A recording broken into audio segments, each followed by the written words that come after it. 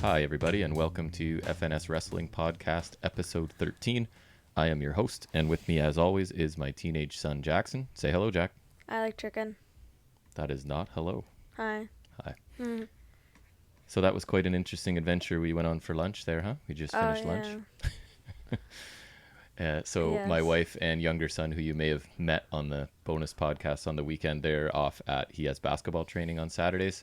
So Jackson and I usually walk to a local establishment to get some food. We get some options close to us in small town Ontario. Options. So we walked over. I was actually on the phone. My credit card had been compromised, so I had gotten a new one and was on the phone on hold waiting for it to activate. Was tired of waiting, so I said, it's fine. We'll just walk over while I'm on hold. And if it doesn't get activated by the time we get there, I'll just use my bank card. No big deal. Until your bank card doesn't work for whatever reason, gets no response from the machine. And I'm still not activated my card, but because we live in small town Ontario and they'd already gotten the food ready, they just gave it to us. Yeah. So then I walked home and found cash in the house and then rode my bike back really fast and then rode back home again and ate the food. And here we are. Yeah. Good times, right? Yep. Good stuff. And I just wanted to thank any new listeners as well. We've picked up a few more on YouTube, a bunch on Podbean, which is great, and a few other places. And as I told Jackson, we're on, I think I didn't even know, but we're on a different platform as well called Overcast. If you didn't know, how'd we get on there then? Because it's a long story, but when I'm publishing it, I can select places to send it, and I must have sent it there at some point. I don't even remember, but it's fine. We've picked up some viewers there, or listeners, I guess, which is great. So thanks to everybody that's given us a try, that's following us, liking us, subscribing to us, listening to us, whatever the right term is across all platforms, right? Yeah. And then this one's a surprise you don't know about. I'm going to apologize to you on air. Because you know how I always listen back to the podcast and you don't really? Yeah. I was not happy with when you were doing the drafts, talking about the WWE draft. I thought I was kind of jerky, so I apologize. Huh? I know, but it was just, I didn't like it. It was me being like, who cares? It doesn't matter. It doesn't matter. Like, it's one thing that I don't like it. That's kind of fair, though. It's not, though. I didn't like my tone. I didn't enjoy listening back to it. I try to stop you when you're getting negative like that, so it's not really fair that I get to do it. So I wasn't happy with listening to myself, so I apologize. If it's something you want to talk about, I should at least be open to it and not just like, oh, There's only like a few interesting switches, though. I know, but I didn't have to be quite so dramatic about it. So anyways, if that ends... I don't have anything else to chat about before. We could talk about school if you want. Take a couple of minutes. Go away. No, the homework hasn't seemed too crazy this week. You said you got it done without having to bring it home? Yes, I literally finished it after you gave it to me. Good man. What was it, math? Yeah. Perfect. You don't struggle with math, so no, should hammer it yet. out. So we're going to introduce something new here, I guess, then, right, yes. Jack? So he just had the idea, what was it, this morning, last night? Last night. To insert some just little sort of facts, WWE facts, wrestling facts in general, I guess. Probably WWE because I got the giant books. Right. So he's been doing some research, old school, not online, with actual books that he has in his collection. So we're going to call this JackFacts, which I think is kind of cool. Yes. So we're just going to intersperse them, sprinkle them throughout the show where we see fit. And this is the spot. Might not always be the same. No, we'll just mix them in, seeing what we've got. So this is JackFact number 1 for this week. Go ahead, sir. So John Cena, probably one of the more accomplished stars in WWE, 16-time world champion, 5-time United States champion, multi-time tag champion with partners such as David Otunga, The Miz, and Shawn Michaels. Yep, I've heard of him. But he's never won the Intercontinental Championship. I don't even think he's challenged for the Intercontinental title. The guy who's won everything and never lost. Right. He's just I don't think he's ever even touched it. Is that just because he went mega push and was never back to that level, I guess? But even then, he went back to the U.S. title after. That is true. Mega push, so he. And that was actually cool when he was doing the Open Challenge. Yes. Yeah. So, but yeah, he just. I don't know, never won it, which is weird. And his infamous AA finishing move was originally called the FU. Yes, it was. Which is funny. Because he was the edgy heel hip-hop guy, right? Yeah. So that sort of fit in. And then it was that tail end of Attitude Era or I don't know. This is Aggression Era. Yeah, they still weren't PG, right? So they were, and then it switched and had to change to the AA. Yep. AA. Very cool. Yeah. So that's what you can expect. We're going to have a couple more of those this episode. And then going forward, probably, if we ever get any feedback from anyone, we'll hopefully they'll like it. And if not, we'll take some suggestions and consider. Yes. All right, so let's get into... Because people are always contacting us. Oh, like, constantly. you know, It's just all I do 24/7. is field emails about this podcast. Right. You haven't gotten sleep the Or past few we've never days? gotten one. I can't remember which it is. I think it was definitely the first thing. You've been losing sleep, right? I have so many emails to get back to. Yep. Because people email. Can't get back to them all. So if you're one of the many millions emailing That's us, right. we apologize for not getting back right away. That's right. So we're going to move into news and rumors right now. And that usually starts off with our ratings. So Wednesday's Dynamite anniversary episode drew average of 826,000 viewers on TNT. So that is ahead of NXT, which had 651,000. So that's a 27% basically margin of victory for Dynamite this week. And AEW drew 0.30 in the 18 to 49 demographic, which was down 3% from last week. And NXT drew a 0.17, so significantly less, but they're up 2% in the same demo. Just as a side note, this was the lowest Wednesday rating for Dynamite in the key demographics since July 15th. So I don't even really know what that means, but it's reported everywhere. So I feel obligated to keep including the demographic. Maybe I should look into it a bit more. I know it's that's the demographic they probably assume spends the most money, right? And will buy merchandise. And the younger ones, they've got locked in for a really long time. If you can get fans at 18 years old, in theory, you've got them for 60 years. So I understand, I guess, why it's important. Yeah. Got anything? Good news. WWE has canceled Raw Underground. Oh, officially? Yay, I think so. Right. I just knew they hadn't... it hasn't been on. I didn't know if it was officially gone, but I was kind of hoping because it never made sense to me, honestly. Yeah. It was that whole that's just fake wrestling. Here's the real fake wrestling for the last hour. You know what I mean? Wasn't even the last hour thing. It was just sprinkled in. Yeah. So it's that whole the rest of the fake fighting you're watching is just fake fighting. Here's real fake fighting, huh? Mm-hmm. So I didn't love it. My other two, I only have two other, and they're kind of more rumor than news, I guess. But have you heard there's this new era of 205 Live coming, apparently? Right. So it's, which I didn't know, Dewey Foley is still the head writer. I didn't even know he was the head writer, like Mick Foley's son. Oh, I which don't is even funny know who that because is. I remember when he was like a tiny little kid and I was watching wrestling. So that he's the head writer for 205 right now is pretty bizarre to me. Nice. But anyways, the show is now officially, apparently more than ever, under NXT production umbrella. So it also noted that NXT staff and creative team are directing all aspects of the weekly Cruiserweight series. So I'm surprised it's lasted this long. Normally I would say that's great, but NXT hasn't been our favorite lately, so no, this was way. A year ago, before NXT's TV deal. I would have been like, yay, good for 205 Live. Agreed. And now I'm just like, okay. But I think it definitely needs a change. So, I mean, I'm open to the... It's kind of always been an afterthought, except for maybe the first few months of its existence. It has, because I'll watch pretty much anything, especially if it's an hour-long show, right? I watch some pretty cheesy independent stuff that's an hour, and I still don't watch 205 The Live. only thing to me that's more of an afterthought than 205 Live is NXT UK. Of course, I agree. It barely exists. Yeah. Do you have any other points? So I got a thing that's Matt Jackson revealed 3 wrestlers AEW will push in 2020 that they're going to be pushing. Oh, nice. Kenny Omega is one. I believe that, yep. Darby Allin. Makes sense. And any guesses? Cage. Hangman Page. Oh, yes, of course. Yay. I was off by one letter. Yep. Which is good. And again, that sort of reinforces what we feel about AEW, that they're kind of listening to fans and making good choices, right? I agree with every single one of those. Right. And we are people that closely watch the show and take ridiculous notes every week. And we're like, yes, I agree with all 4 of those decisions, right? Yep. And the other sort of not so news, maybe rumor, is coming from PW Insider, so somewhat legitimate, I think. They're reporting... in their last week about Andrade possibly being sent back to NXT. And then that was sort of followed by Andrade posting a photo of he and Zelina Vega with the NXT title after he had won it from Drew McIntyre at War Games, I believe. You can correct me if I'm wrong. Yes. In 2017. Yes. So, I'm a big Andrade fan. What's maybe my favorite match of all time? Andrade versus Gargano, TakeOver Philadelphia. Yes, if you haven't seen that match, people, Andrade, Gargano, TakeOver Philadelphia. Gargano Cole's better. I'd have to delve deeply into it, but it's in my top couple matches I've ever seen. No, it was I really loved good, but I prefer Gargano and Cole. I know you So. love.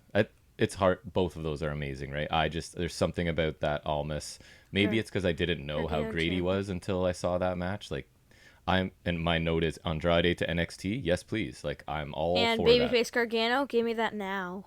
Yes. Yes. Do you have anything else for news and rumors? So obviously, Finn Balor, we know he's injured from Takeover 31, and it seems that he's going to be given time to heal his injury, which we saw in NXT.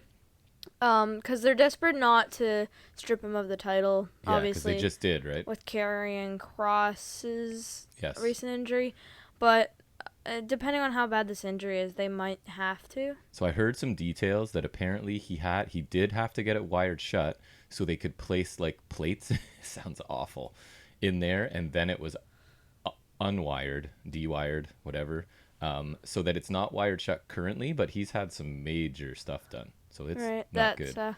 But I agree. I think they should just try and postpone, do vignettes or something for a few weeks. I don't know how long he needs to heal, but they can figure it out. Great, yep. But it's not ideal for sure. Yeah. Yep. It's not. But like I if I were them, I wouldn't want him to vacate the title either. Me either. It's really not great timing. No. Was that your last point? Yes. Me too. I believe so. So that will bring us into our first in-depth review of the week, and that is our weekly AEW Dynamite review, and that is up to you, my son. Hi. Go for it. The first anniversary show, right? Yes, this was their anniversary show. My All opinion titles is, on the line. My opinion is, and that's a good sign, that this first year flew by of this show. Would you agree? Yes. Right? Like, it doesn't feel like it's been 12 months of AEW. No, it does feel like it's been like they've been going strong, but like, yeah, I just think like, and I can't remember the last time I've seen Dynamite with fans. And that was, so that's a good sign, right? It doesn't feel like a year, so It feels like less. So it must be enjoyable for us. Go ahead. Yes. Sorry. So our first match was Best Friends versus FTR for the AEW World Tag Team Championships. We got no entrance. Then we got our introductions, and I noticed there's new attires for both teams. Yes. So we start the match with Cash versus Chuck. Cash Wheeler, Chuck Taylor. Dax Harwood tags in while Cash has an arm hold on Chuck. Kip up reversal by Chuck. Shoulder tackles and arm drag takedown by Chuck.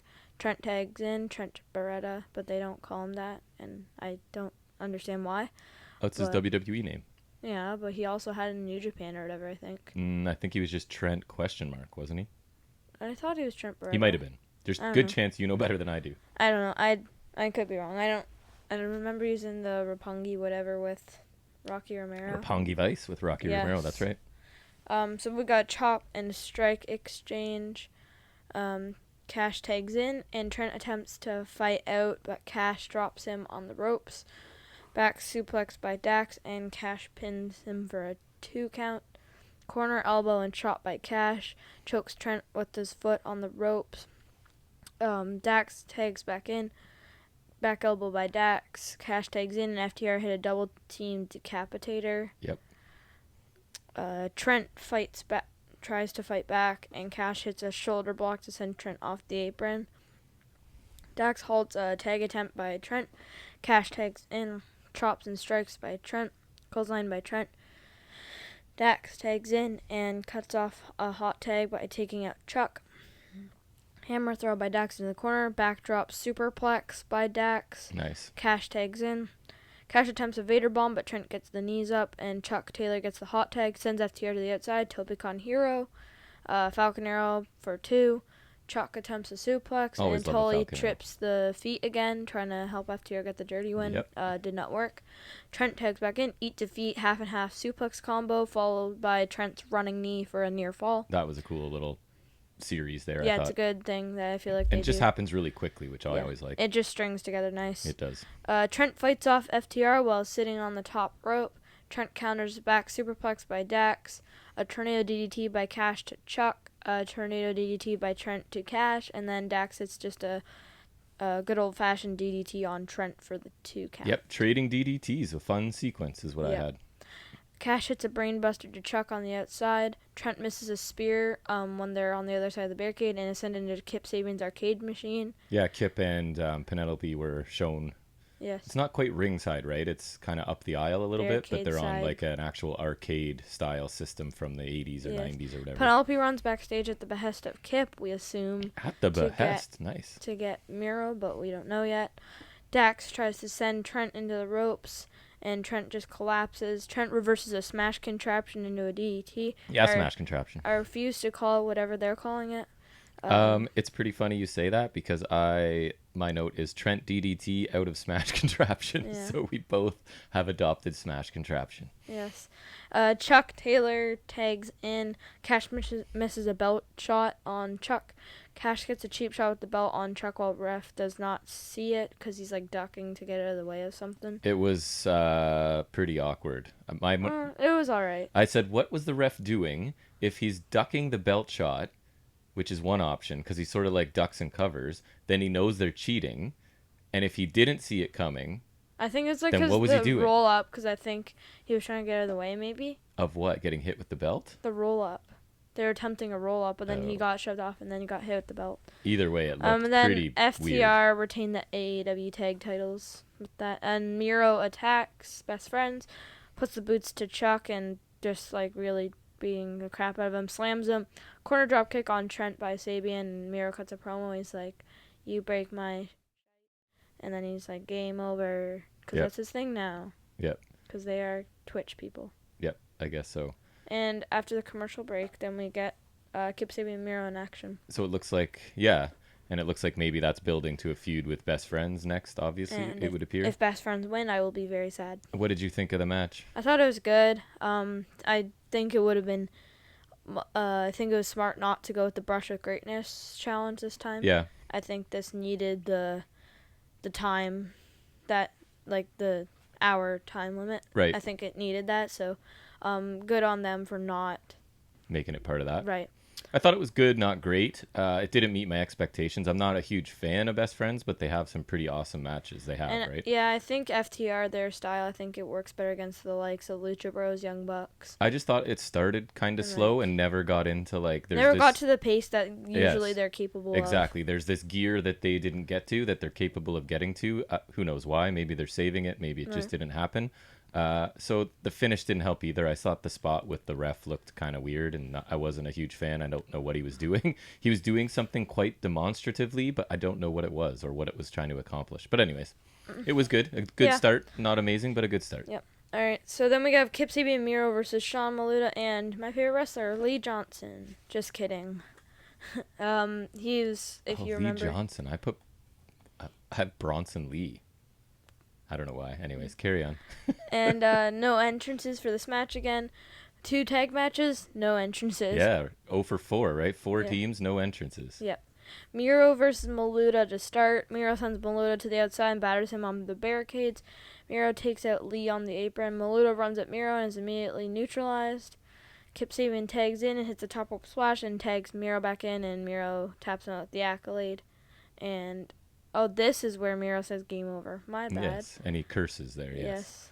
And Kit cuts an angry promo and then gives the mic to Miro speaks 2 languages, right, here? He yells in Bulgarian. I'm going to assume it's Bulgarian. Yeah, we're not sure. Just because he's kayfabe Bulgarian. Mm-hmm. This was fine. It was a squash match. It got the job done. It did what it needed to do. I feel like they almost recognized that Miro didn't look good in the debut. And he did get injured, to be fair, but yeah, I know you're saying. The general consensus was it wasn't very good, so this was their attempt at making him look strong right away, which I think they did a decent job. I don't know, it felt like basically a squash match for Miro, right? So if they're going to do that, just put him in like a solo match or a handicap match, because no offense to Kip Sabian, I like him, but like if they're just gonna like mostly use Miro in these tag matches, what's the point of Sabian being there? So far, Miro does not feel like a main eventer, right? And I thought they were gonna bring him in. Maybe they probably have plans. Again, we tend to trust them, right? If they're waiting on Miro, there's probably a reason. Plus, maybe Miro was good, but he never got to the main event in WWE, so maybe, like, they're just testing the waters. Yeah, and so they to also speak. seem to have, like, long-term plans where WWE, they're, like, booking week to week, right? Right. So they might Miro get might Miro and just- go, we Miro already have might- plans for 6 He months. he could dominate the TNT division. Yep. And hold the title hostage for a while, and then maybe be upended by a up-and-coming, perhaps Darby Allin or, like, something. Or Darby Allin might be past the TNT title, but... He might by then, but they'd have a good match. I'm a fan of Miro. I just haven't loved what he's done so far. But if he's going to be in the main event, I think they should just test the waters first, because I know he's good, but I'm not sure if he'd be capable of the main event. Like, he could be, but, like, would he be a credible and a good champion? I think that's why they need to... I think what they're doing is fine, because they need to be just kind of working him out. And to what you're saying, he's also kind of a different character and gimmick, so give some time for people to adjust to that too, right? It's not like he's coming in doing the exact same thing. He's doing something different, so let's get used to it, sort of, before we push him. It's not like TNA where they're just going to have a similar name and just... Right, same gimmick and away we go. Crap, Yep. yeah. Yeah. Next we see Lance Archer attacking Jon Moxley backstage, just battering him on a table and the walls. Yeah, and Jake's Nothing just kind of here. standing there watching, which I like that part. Like, he's doing nothing to help or It's not like stop Paul it. Heyman where, He's like, just there. sometimes he's like, Brock, that's too far. No, he's just, like, standing there kind of, I wouldn't say enjoying it, but he has no problem with it, right? This is just what Archer does every week, so I like these still. No, but I think Jake old. Roberts would stop Archer if, like when he wanted to fight Cage, I think he was like, no, let's just be smart about this, you know? Yeah, so it's kind of picking your spots, right? Because he knows he can throw around these people. No problem. Yeah, so then we get the bracket for our number 1 contenders tournament. And we like brackets in this household in general. I do too. So let's go from... I'll keep this most interesting for last. My spoiler is I just said second round looks like it'll be awesome, so you can show us why. Jungle Boy versus Wardlow. I'm interested. Could be good. Wardlow feels like an odd one in this tournament. A little bit, but they got to get him rolling because he never does anything. And Jungle Boy we always keep saying it, he seems to have chemistry with everybody, right? So I'm fine for this. Hangman Adam Page versus Colt Cabana Boom Boom. I'm not a huge fan, and I think the result's If Colt pretty... Cabana wins, then I'm literally going to be so pissed off. Yeah, you will be. I don't think he will. I think the result's not really in question for that one. I think Colt Cabana's filler, but I think they could have chosen better filler. Like, what if they put in 5? That'd be funny. I don't think he quite deserves it. Or, like, I don't know. Who would be someone good who's, like, would be decent fodder? Like, you could do Angelico, or, like... You could. I would love to have him get a shot at, like, a 20-minute awesome singles match, but still lose is fine, right? Yep. But, yeah, I agree. Kenny Omega versus Joey Janela. Sorry, who was it in Janela? Omega. Yeah, I think we can see who's winning that one. And perhaps the most interesting match. Yeah, for sure. Penta L0M versus Rey Fenix. Brother versus brother. And that should be, depending... If they screw this up, I don't know what I'm going to have to say about that. That match should be incredible. I don't know who's going to win. It doesn't be even like matter. the best thing ever. Yeah, so then... So what I'm saying, round 2 looks... So we're getting one of the Lucha Brothers versus Omega, right? Yes. I mean, which will be in theory, either amazing. way. And then we're probably getting Hangman versus Jungle Boy. Jungle Boy, probably, which is amazing. So right. And even Wardlow, that could be an interesting match for Hangman. Imagine seeing him like do a fallaway slam on Wardlow. Other than Colt Cabana and maybe Janela, I'm pretty pumped for this. But yeah, because they're not gonna win, and they're just filler first round fodder. What if like one of them is? What if Paige like somehow gets Omega to lose in the first round? Ooh. Because it seems like it'd be setting up for those two to meet in the finals, right? But who knows? Almost is too obvious. Again, sometimes predictable is okay if it's really good. Yeah. Like if the championship match or final match is amazing. Maybe neither of them will. Maybe Phoenix or Penta will win the title shot. And that's why these two feud completely out of the tournament. You're right. It could happen. And they could get like a match at Full Gear with some They could each get the other DQ'd. And hey, they could do a bull route match. Oh although they just did a dog collar match, kind of sure similar. did, So which I was not a fan of. A lot of people were as I listened, so I started listening to reviews after ours. I didn't think it was that bad. I kind of like it was a little long, but I thought there was some cool bits at least. Mm-hmm. Every match has its moments, I guess. Yep. Next, we got an MJF in-ring promo. I was predicting he'd be complaining about not being in the tournament, but that did not happen. Nope. He invites Chris Jericho out. Aaron Jericho now all have jackets. He was ripping the fans at the very beginning, and it was said, pretty funny. He said everyone singing the Jericho's theme was off tune. Yes. I thought that was hilarious. Yep. You're all off key or something like MJF that. says Sammy should wear the jacket. He puts it on, and it is very oversized. Comically funny, like huge. Yeah. Compliments Jericho's hair, insults fans for supposedly balding, touches Jericho's hair for some reason. Jericho wants to know what MJF's announcement is. I kind of want to touch your hair. Yeah, that was funny. MJF says on an Animal Channel, and Jericho says he hates an Animal Channel, you don't see piranhas facing each other because they're predators, and that's why Jericho and MJF never faced off. MJF struggles to announce that he wants to join the Inner Circle. And Ortiz says they don't want MJF in the Inner Circle, and Jericho invites MJF to a steak dinner, and they're both dramatic about it, and they make it seem like a challenge. Yeah, that was funny. It's like you'd be you'd be somewhere like, I challenge you to Hell in a Cell match. I challenge you to a steak dinner. And I like the whole we're both predators, and that's why we haven't. Predators don't fight predators generally. They're out looking for prey, right? Especially when they're the top predators. So that was decent little logic there. Yeah. I didn't like his joke. I thought MJF calling himself the ratings ruler, that bombed pretty hard. Like that got no reaction to the point where Jericho even said crickets to it. So it was a rare, very rare slip by MJF, something that wasn't funny. Yeah. But hey, you mess up sometimes. Yep. Next we have the Tony Schiavone interviewing Britt Baker at the spa. Britt is preaching her role model thingy and realizes Tony is naked under sheet, and he gets his chest waxed. Yep. So they freak out for some reason. They look over and they realize Tony doesn't have clothes on. They don't understand, and then I think it's just showing like Britt's just using people. She can see that Tony really likes her and is sort of like hanging on and wants to follow her around and stuff. So she's just like a jerk. So she's like, watch what I can get this guy to do because he wants to be around me so badly. Because I'm a role model. Right. So it's kind of, I don't know. So maybe she is actually a role model. I just think her presence and the way she pulls off this character, it's pretty much always it's like female Cody. MJF for me. She's just, I really like. Oh, I was thinking Cody because it's like she was like an unauthentic face, and then this is what she's meant to be doing. Yes, and you're right. If Cody ever turns heel, I'll probably end up loving him because he's kind of is the whole time. And Britt is, I don't know, I just think she really understands her character. She's also one of those gimmicks where like she's got this real life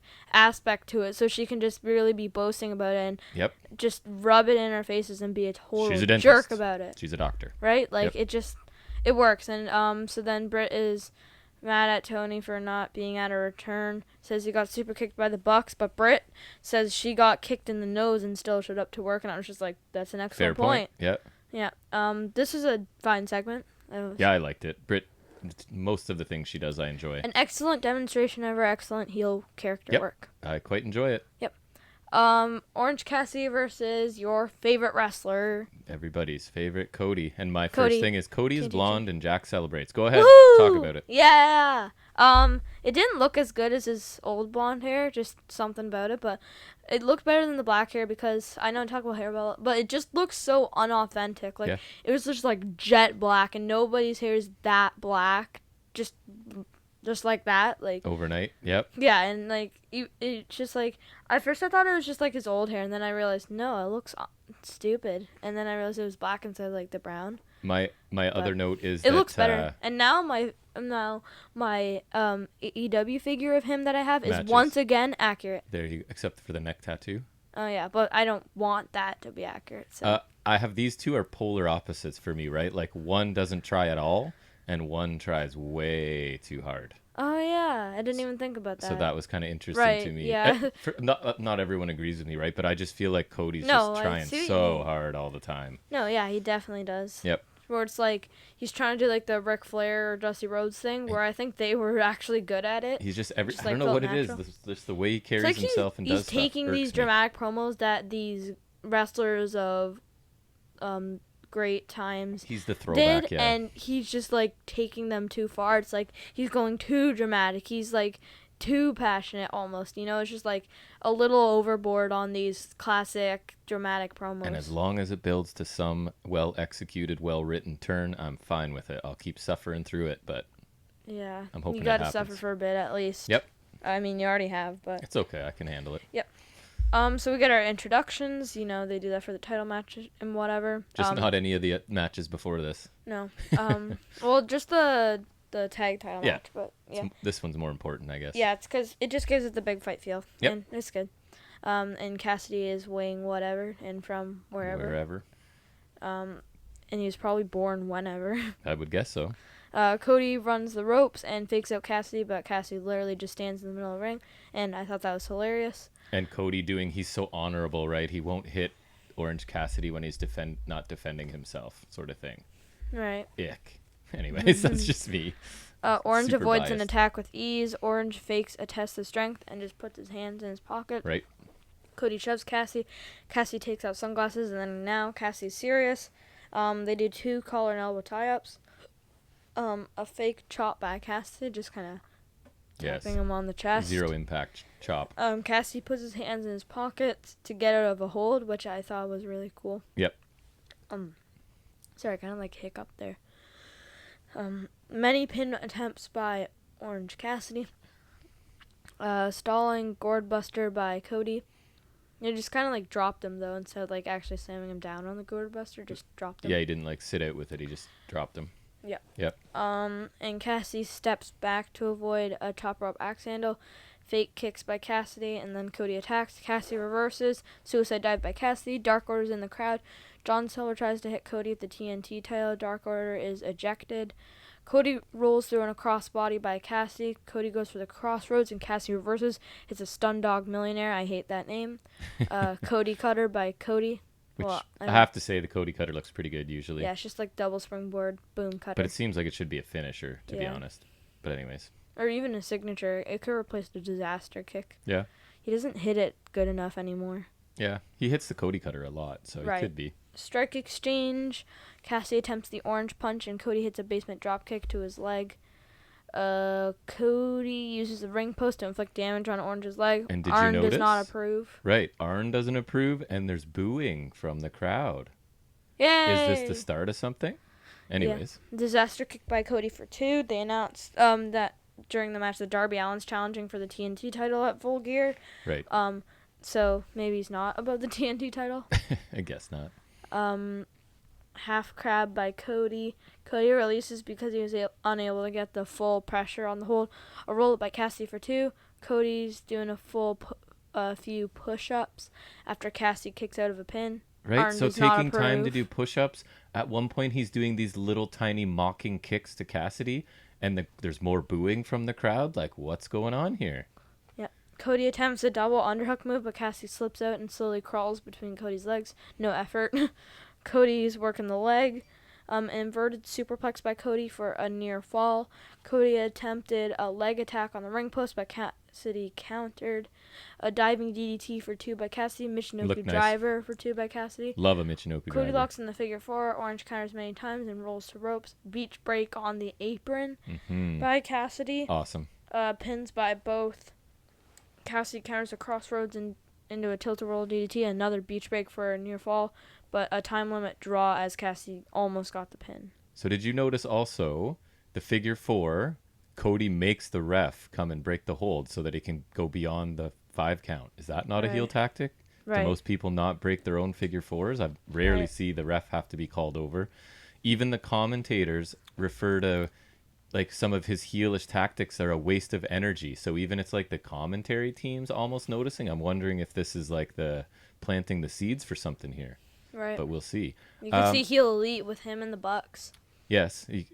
I'm open to heel Cody pretty much doing anything. I actually really enjoyed this match. I know I give Cody a hard time, but he works... A couple of awesome beach breaks by Cassidy. And Cody works a slower style, but not every... Like, I like variety, right? So not he can go slow, he can go fast. Yep. He can basically do whatever he needs to do, which is good. So... My question is he teasing being a heel or isn't he? At least I'm interested. I think he is. Right? They're definitely teasing the idea, and I'll take it. Yeah, it got my interest, and I enjoyed this match. So yeah, say what you will about Cody. I like watching him wrestle most of the time. Yeah, kudos to them for actually doing pretty good with this. Yep. Like we said, we trust them. So we do. So we got a Lance Archer interview, but doesn't really happen because Moxley attacks and they're pulled apart by officials. Yeah, that's all I had is Mox attacks. I didn't really have details. It was pretty quick. This happened. Yep. Next, we have a Matt Hardy interview at ringside. He's with his family. He's cleared. Then on the Tron, there's someone burning images of Matt Hardy. And shocker, I thought this would be something interesting. Nope, just Sammy Guevara. Sammy says he was the one who attacked Matt and says he'll take out Matt every time he's cleared, which I thought was a cool way of saying that. I think you kind of felt like I did, because my note was that this is kind of a clunky way to hit resume on this feud, right? Like, clearly they just paused it. They had plans for something. Hardy just about died in that match, as we talked about. And it looks like they just went, okay, he's healthy, press resume, right? And it was an awkward, not their most skillful It's execution. like you're watching a video and you have to pause it to do something, then you get a concussion.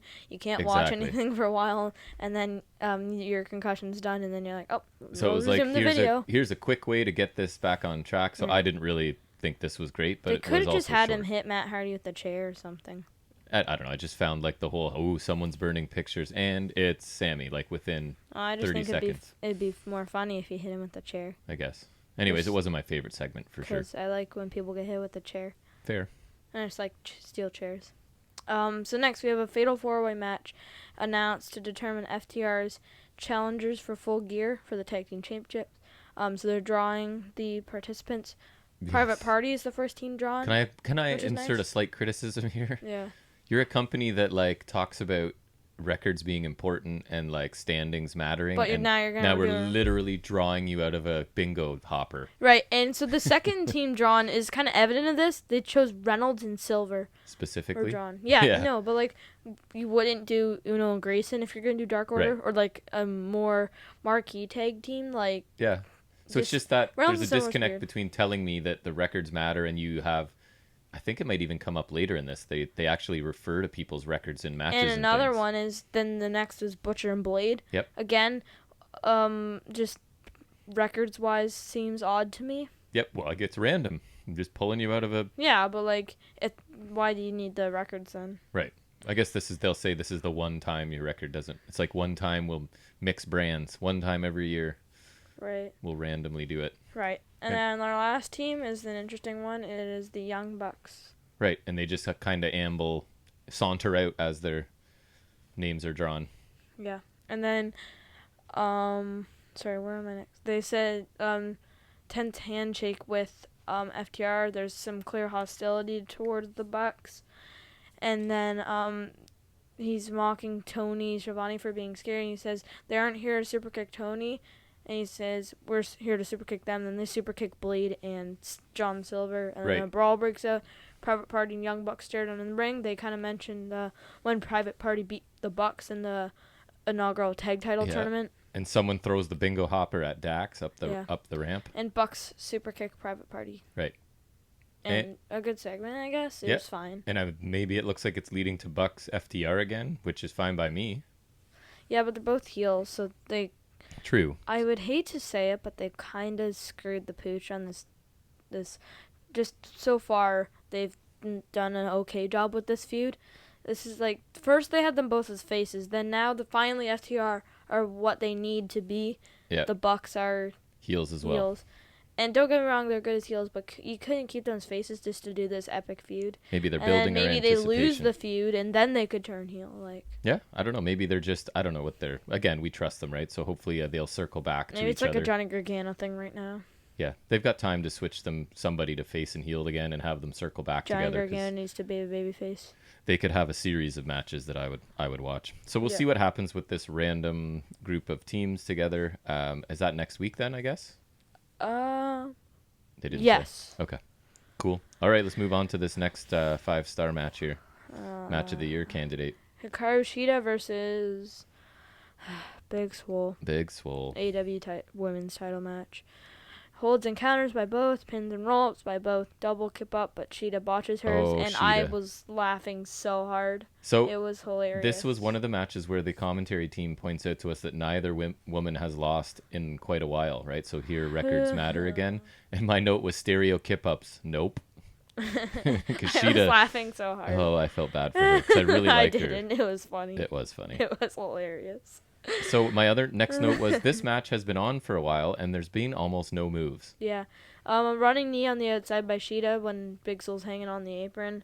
An awkward corner spot. A rope step cutter on the Excalibur stage by Swole, and then another one in the ring, which is actually not bad. It was. Excalibur tries to explain the awkward corner spot. He says Swole has to change course, meaning like they screwed up whatever they were supposed to do and have to do something else. Shida counters a rolling elbow with the knee, straight jacket German suplex with an awkward pin for a 2 by Shida. Swole kicks out of a Falcon Arrow. Swole has Dirty Dancing, but Shida gets rope break. Shida hits a running knee for the win. Hikaru Shida retains the title. I did not like this match. It was boring. So Swole's not ready. I don't know what more evidence we need. She's not ready for this. Hopefully this was just an experiment and they saw this wasn't good. There were a few awkward spots, as it seems like there always are with Swole matches right now. This isn't nice. She's the anti-Kurt Angle. Everyone looks worse than usual wrestling her. Right? Because everybody that wrestled Kurt Angle looked like 40% better than they actually were he took to it like a fish to water. When he was in his prime, a few years there where I would argue nobody was ever better for a and few he was years just span. like boom, good right away. Right. That is another good point that she's the anti-Angle. Yeah. She's not quick picking it up and people look worse. Because Sheeta's a good wrestler. Her. She didn't look good here. No. Anyways. I don't. Why did. And this felt like such a random match, too. You couldn't, like, pick somebody better. I think we're going to call it the Swole effect. Yes. The Swole effect makes a really good wrestler, Sheeta, look ordinary. Yeah. Anyways, let's get away from Swole talk. Yeah, Private Party versus Butcher and Blade versus Dark Orders 3 and 4, Reynolds and Silver versus Young Bucks, #1 contenders, 4-way next week. Yes. The tournament starts next week. Cool. I really want Phoenix versus Penta next week. Yeah, me too. Please give me that next week. Thank you. Chris Jericho and MJF, Le Dinner Debonair next week. Yeah. And I kind of want to just, like, Google Translate Debonair right now. I want to, like, see what that means because I'm honestly curious. Like, it's, like, high class, like, because they always use that suave and debonair together, but go ahead and look it up. Let me see. Debonair. Do you want me to take over the Spears promo one? Yeah, hold on. I'll just cover the rest. There's only one thing. Cody versus Orange Cassidy TNT title match will be in 2 weeks due to the time limit draw. And yeah, I didn't get much on the Spears promo, so go for it. He just was talking about that Scorpio Sky stole a moment from him and that moments are super important. And Sky owes him.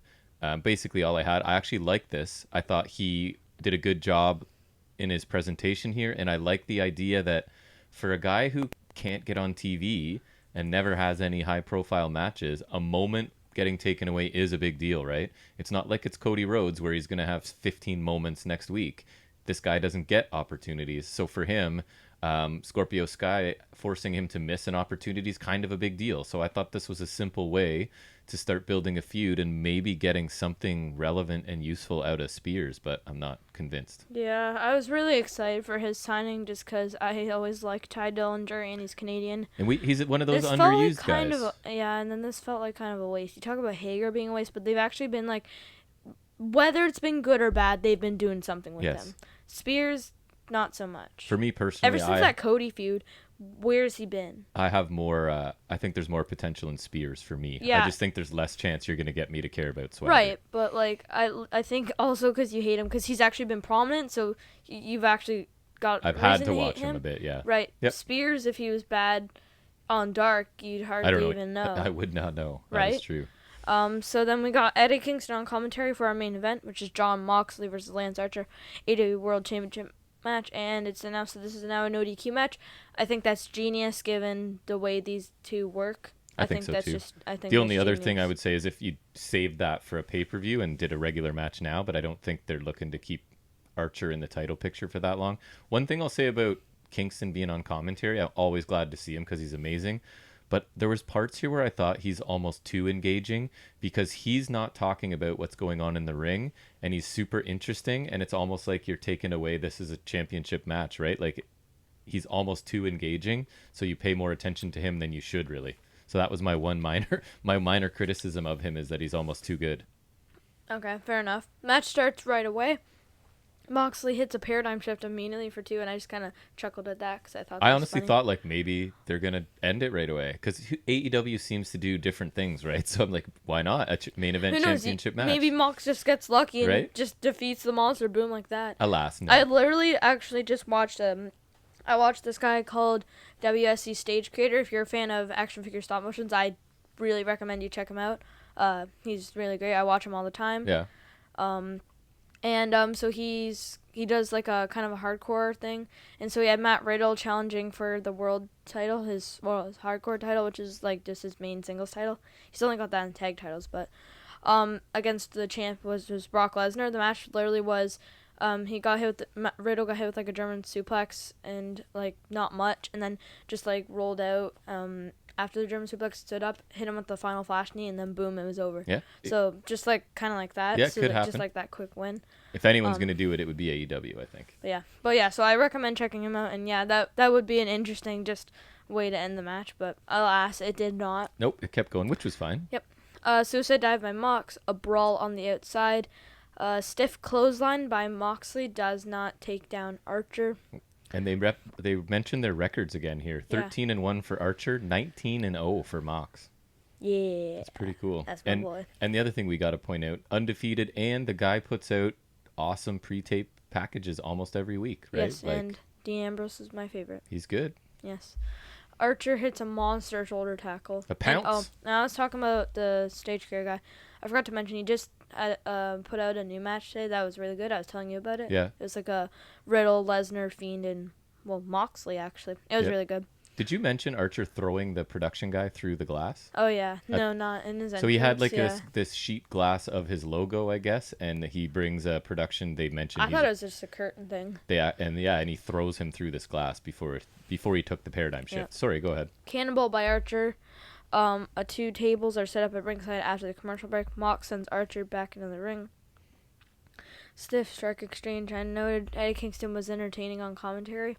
Yes, that's right where I put he's too engaging because he's talking about he's not talking about the championship match that's happening right in front of him, but he's super entertaining. Mox throws a few chairs in the ring. Mox throws a chair at Archer's head, which I chuckled at because it looked just sick. One of the forearms Archer laid in was super stiff too earlier.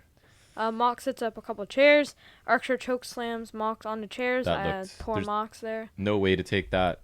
Tell me that doesn't hurt. Yeah, puts Mox's head in a chair, but Mox gets out and applies a knee bar. Archer pulls himself out of the ring to get out of a knee bar, which I thought was good because it's a no DQ match, so that's your only real option there.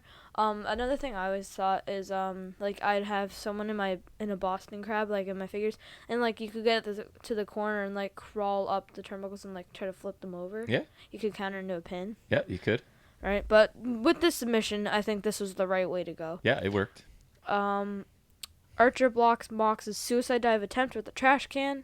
I love trash cans because it's so satisfying when they get slammed on them. Just the dent. They pulled off a good way of making it clear that he wouldn't see it, right? And then all of a sudden, because he was holding it below like the ring, and then so he just dives and there's a similar thing that Cameron Grimes did on NXT, which we'll talk about later. Yep. They're both on the apron. A low blow by Mox, kind of just like do what you gotta do. Yep. Hey, it's he no drops DQ. to a knee, and I mean, if this was a normal match and the ref was distracted, I'd say like he's a babyface, but like no DQ match, all's fair in love and war, they say. Yep. Mox hits a paradigm shift through the tables, and I thought that was fantastic. And they showed a bird's eye view of it, which looked awesome. Just the tables, the way they collapse sometimes is so satisfying, and the sound is just like looked great. Ka-chung. I thought as well. Yeah. And then another paradigm shift in the ring does not take Archer down. Interesting. He kicks out, which I thought was interesting. Archer gets to look really strong. Archer gets out of the bulldog choke and a DDT by Archer, blackout by Archer. Mox counters pin into a crucifix pin for the win. So just a bit of a sneak win there. But I think Mox retains the title. But I thought Archer looked decent in defeat, like you said. Well, yeah, he's taken paradigm shifts through tables. He takes another one in the ring. He and got he still out of the kicks choke too. Yep. Which has taken down like Kingston and Brody Lee. I thought it was a good main event. It had some cool spots. I thought the no DQ stipulation very smart by them. And I thought there was a chance Archer could win, which I always like because there's sometimes where there isn't, right? Right. It looks like it's any of Kingston's faction now against Moxley at some point. Yeah. So Archer attacks Mox after the match. Phoenix tries to hit Archer with a chair, but he's unfazed. Archer and Roberts leave again. Like this is one of those times where Robert's like, "Don't worry about it." They got the numbers. Yeah, exactly. And they could bring up Butcher and Blade if they really wanted to. Yep. Kingston cuts a promo, talks about how he and Mox have known each other since 2009. Kingston pretends to raised Mox's hand and hits a spinning back fist, falls with a sleeper hold. Spinning back fist looked a little weird, but It was like an open-handed sort of yeah. backhanded slap. Lucha Bros almost. block off the refs, which I thought was funny. They're Yeah. just like on the apron going like, no, don't get in the ring, no. Yeah. And if you're the refs, just go around and Right. but, like whatever. Kingston says he's gonna get Mox, and this is just setting up this feud just when you thought it would be over. So I honestly think Kingston's just talked his group right into the main event because he's just so good, right? Like everything. It's like, yeah, it's just like he magically is in the main event now. Anybody that's with this guy, just let I him went talk from for not you. giving a damn about him when he was just managing the OGs and Impact, and Yeah. now he's like this top tier, just gritty He wrestler cut dude. a pretty cool promo, remember, from the balcony when we were at... Yes, I remember that. That was a good time. Yeah, so he's kind of, I think they're just like, he's They're just so good. He's finally getting his due, I feel like. They want him on TV, so that means some of his stable then need to be on TV, right? So good for him. It really feels like Kingston hates Moxley for selling out, right? It's But I bet they're definitely buddies. If of they've course. known each other that long, I think it's just that he feels so real, and it's this realistic idea that Mox left all of them behind. Right, it's totally justified. The heel logic is at its peak here. Because they were all like the pure hardcore wrestling guys, and then Mox went to shiny WWE for the money, right? And became soft, which I left think them is fair, behind. because they definitely... Dean Ambrose is a very dulled down John Moxley. So yeah, I thought it was a good main event. Kingston's awesome. Good and show. We'll see I what's would next. say... What'd you give it? I think I really did not like the women's title match. There was a few low bad. spots, but I'm going to give this an A-. Nice. We're pretty consistently. So I thought this was a good, not great show. Decent opener. Good Cody match. Good Britt Baker package. Miro squash match. Mostly good. MJF Jericho segment. I didn't love the whole thing, but I mean, it's MJF and Jericho. It's got to be at least good. It's not going to be that bad. Bad women's match. Solid main event. I went just barely a B+ for this. Almost a B+. Better than last week, but my benchmark is that week with the parking lot match and whatever else was on there that I forget already. But that I just remember being thoroughly entertained by that. So that's like the benchmark now, right? Every show I'm like, was it as enjoyable Just like as that? everything's good. Yeah, so And some's great, some's... another solid Right? watch, not a chore, right? Like the time went by, Right. I enjoyed myself. So Yep. good show. Yeah. And then, so we're going to move into, I think at this point, we're going to give Jack fact number 2. Yes, sir. Go for it, sir. A little more on brand here with a NXT fact. Nice. Well, And I don't know what WWE these in general, are, so but let's... it's based NXT, but Samoa Joe Love him. I've heard of him.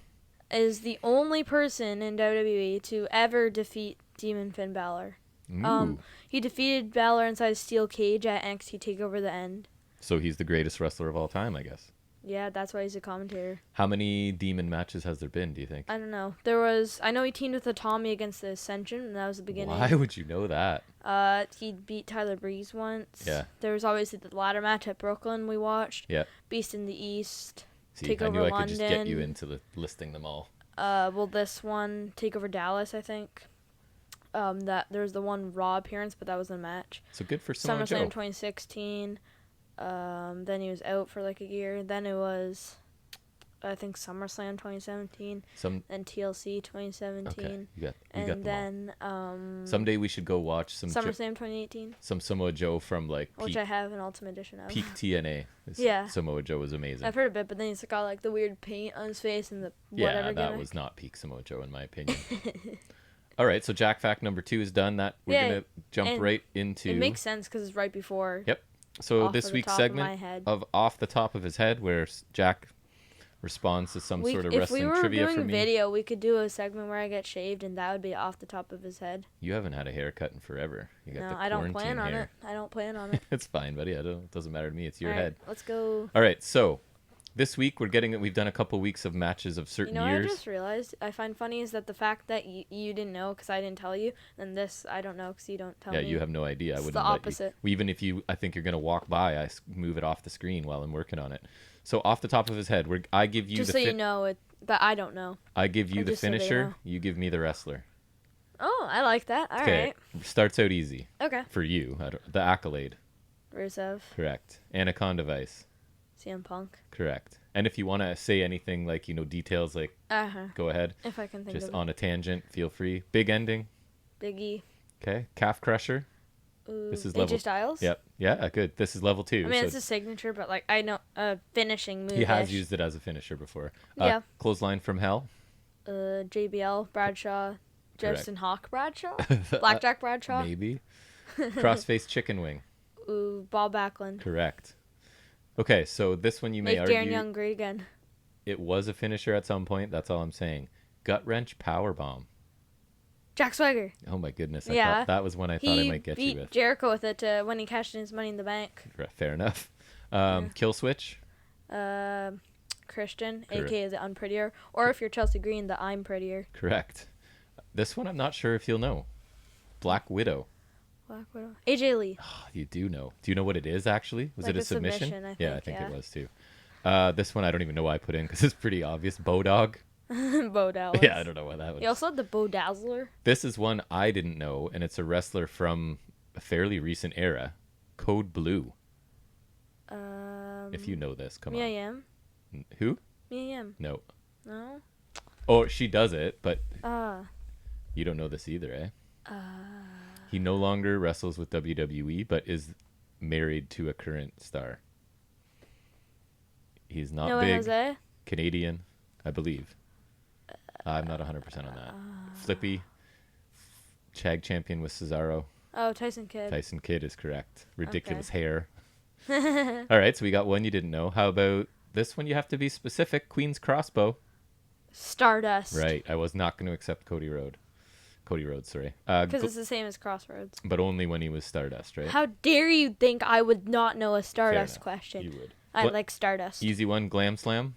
Beth Phoenix. I love Stardust. Challenging one for most people, Bullhammer. Wade Barrett. Oh, boy. Bad News Barrett. King Barrett. And what was his other finisher? Wasteland. So Wasteland, what I always laugh because It doesn't look one of the good. podcasts I used to listen to. I would say if he went down with them, it would look better. One of the podcasts I used to listen to all the time, the one host for the longest time thought it was the Wade Slam, that was the name. that he would name his finisher just the Wade Slam. Like Yeah. it's the Jackplex. I guess that's possible, but anyways, it makes me laugh. Texas Cloverleaf? Sheamus. Nope. He's. I'm talking Dean like, Malenko. yes, good. This one I don't know if you'll know. Cool move, Widow's Peak. I should know. You should. You definitely haven't seen much of her wrestle, I don't think. Her. Oh, sorry. I gave you a hint. Usually a heel, not currently a wrestler. Awesome, just like good hand. She was always around. I think she had title runs. Dark hair.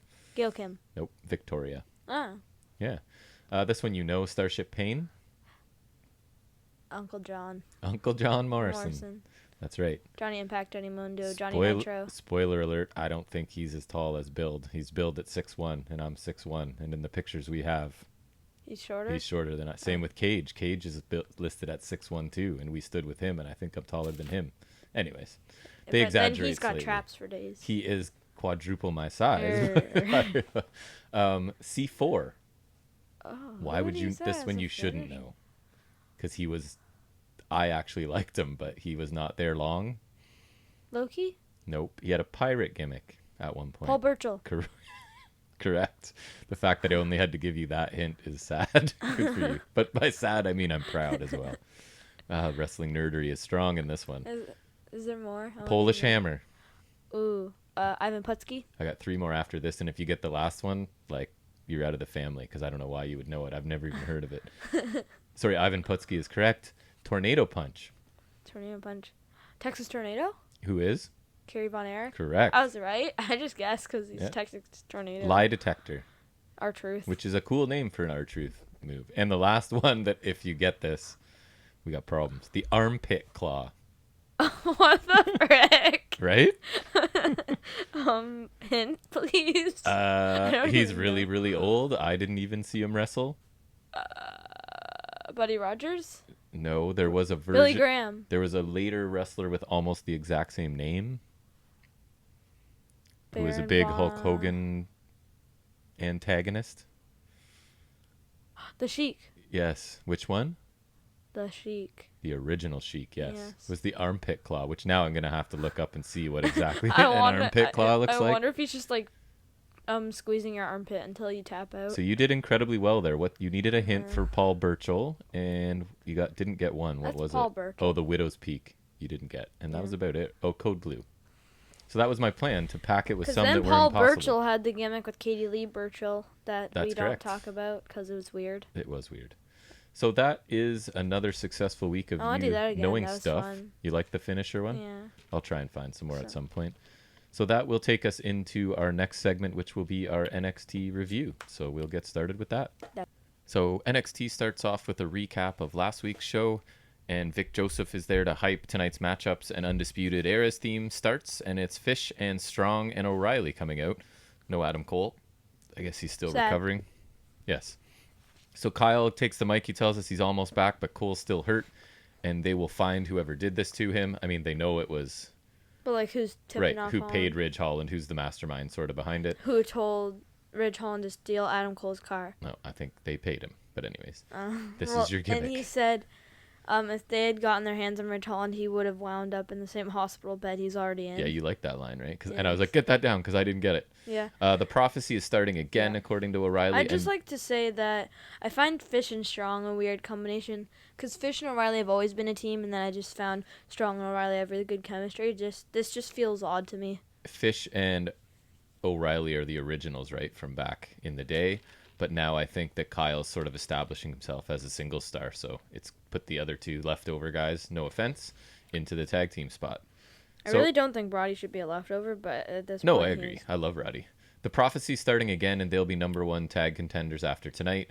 O'Reilly was okay here, but I thought nowhere near as good as the produced packages he's been in the past couple of weeks. He sounded a little nervous to start, but... or as Cole, yeah. Cole's always solid on the mic. So we get Lorcan and Strong to start.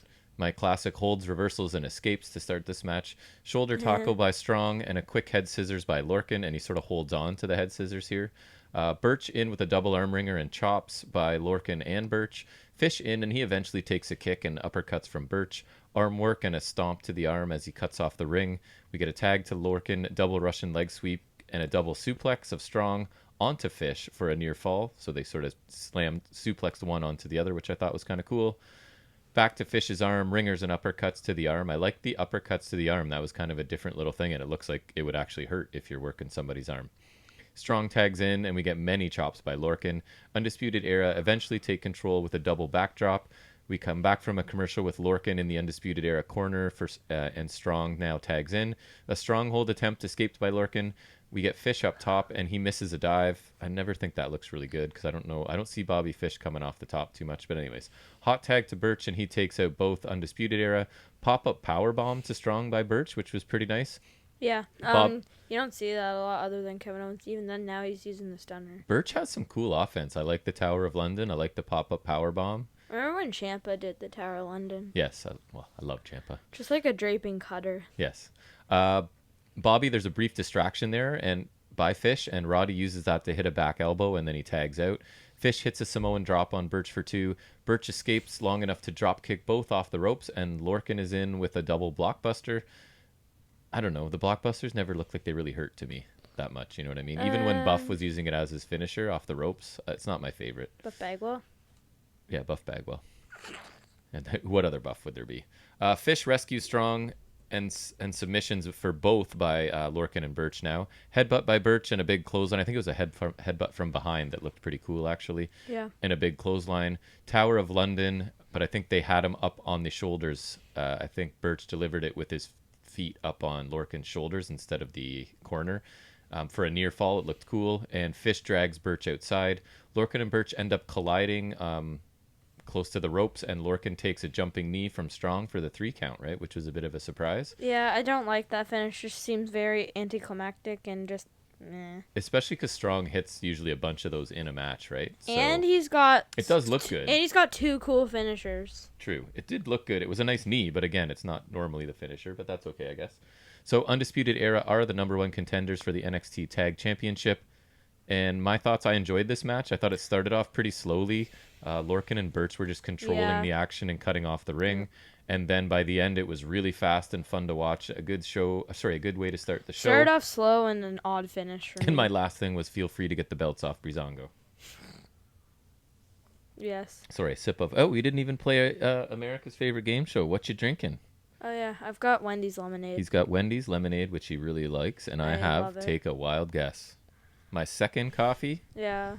and a water, obviously. The only things I drink in life, coffee and water. Coffee, this addict over here. Yep, it's a problem. What are you going to do? All right, we get lots of pictures of Finn after his surgery, and they are pretty graphic, a couple of them, right? So they're really making it, and I've heard reports that they're making it look worse than it is, but it does look bad. I can confirm that. So let's hope he recovers and is back soon. Then we get an Ember Moon package. She recaps her awful 2019, her Achilles tear and a year away from wrestling. She took herself out of the draft, she says, to sort of come home to NXT, and that her heart and body are NXT. And she did stare down Io Shirai, and it's about what you've done lately, so she knows she has to go through some strong talent because she hasn't done anything lately, and she lists off a whole bunch of NXT wrestlers. All roads lead her back to NXT, and Ember's Law, which is cheesy, she's right, will lead her to the title.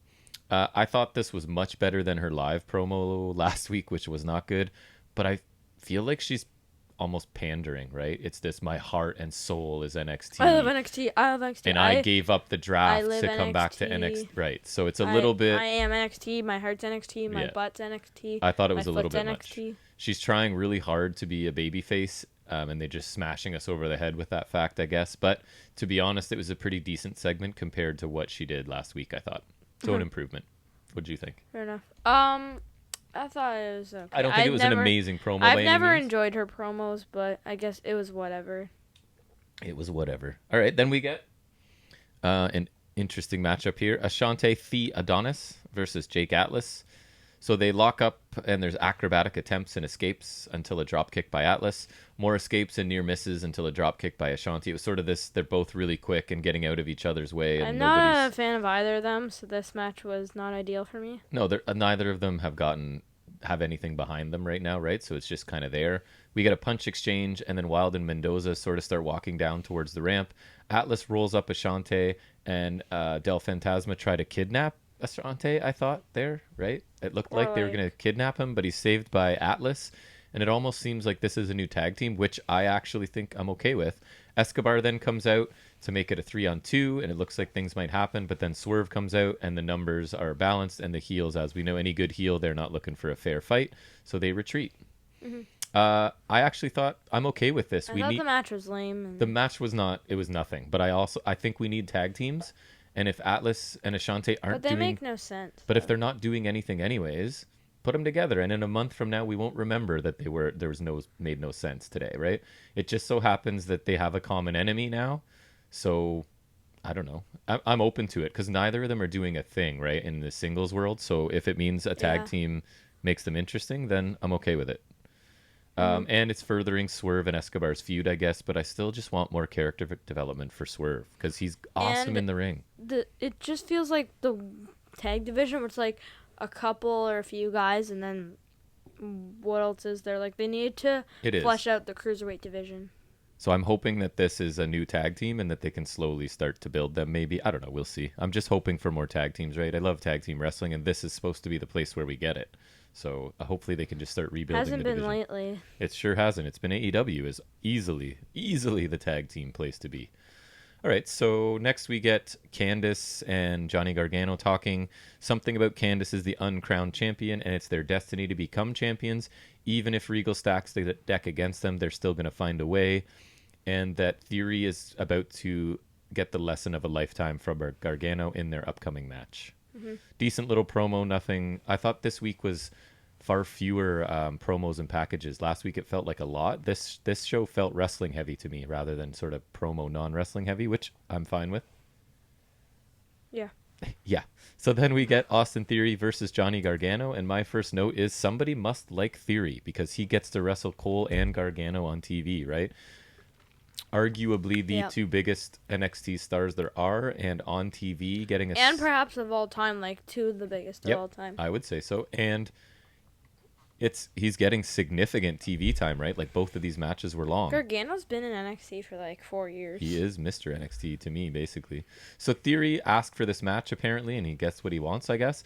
Gargano takes his ankle right away. Gargano's dominating on the mat with holds and things. I guess the story here is Theory just can't hang on the mat. He's got to sort of rely on his strength.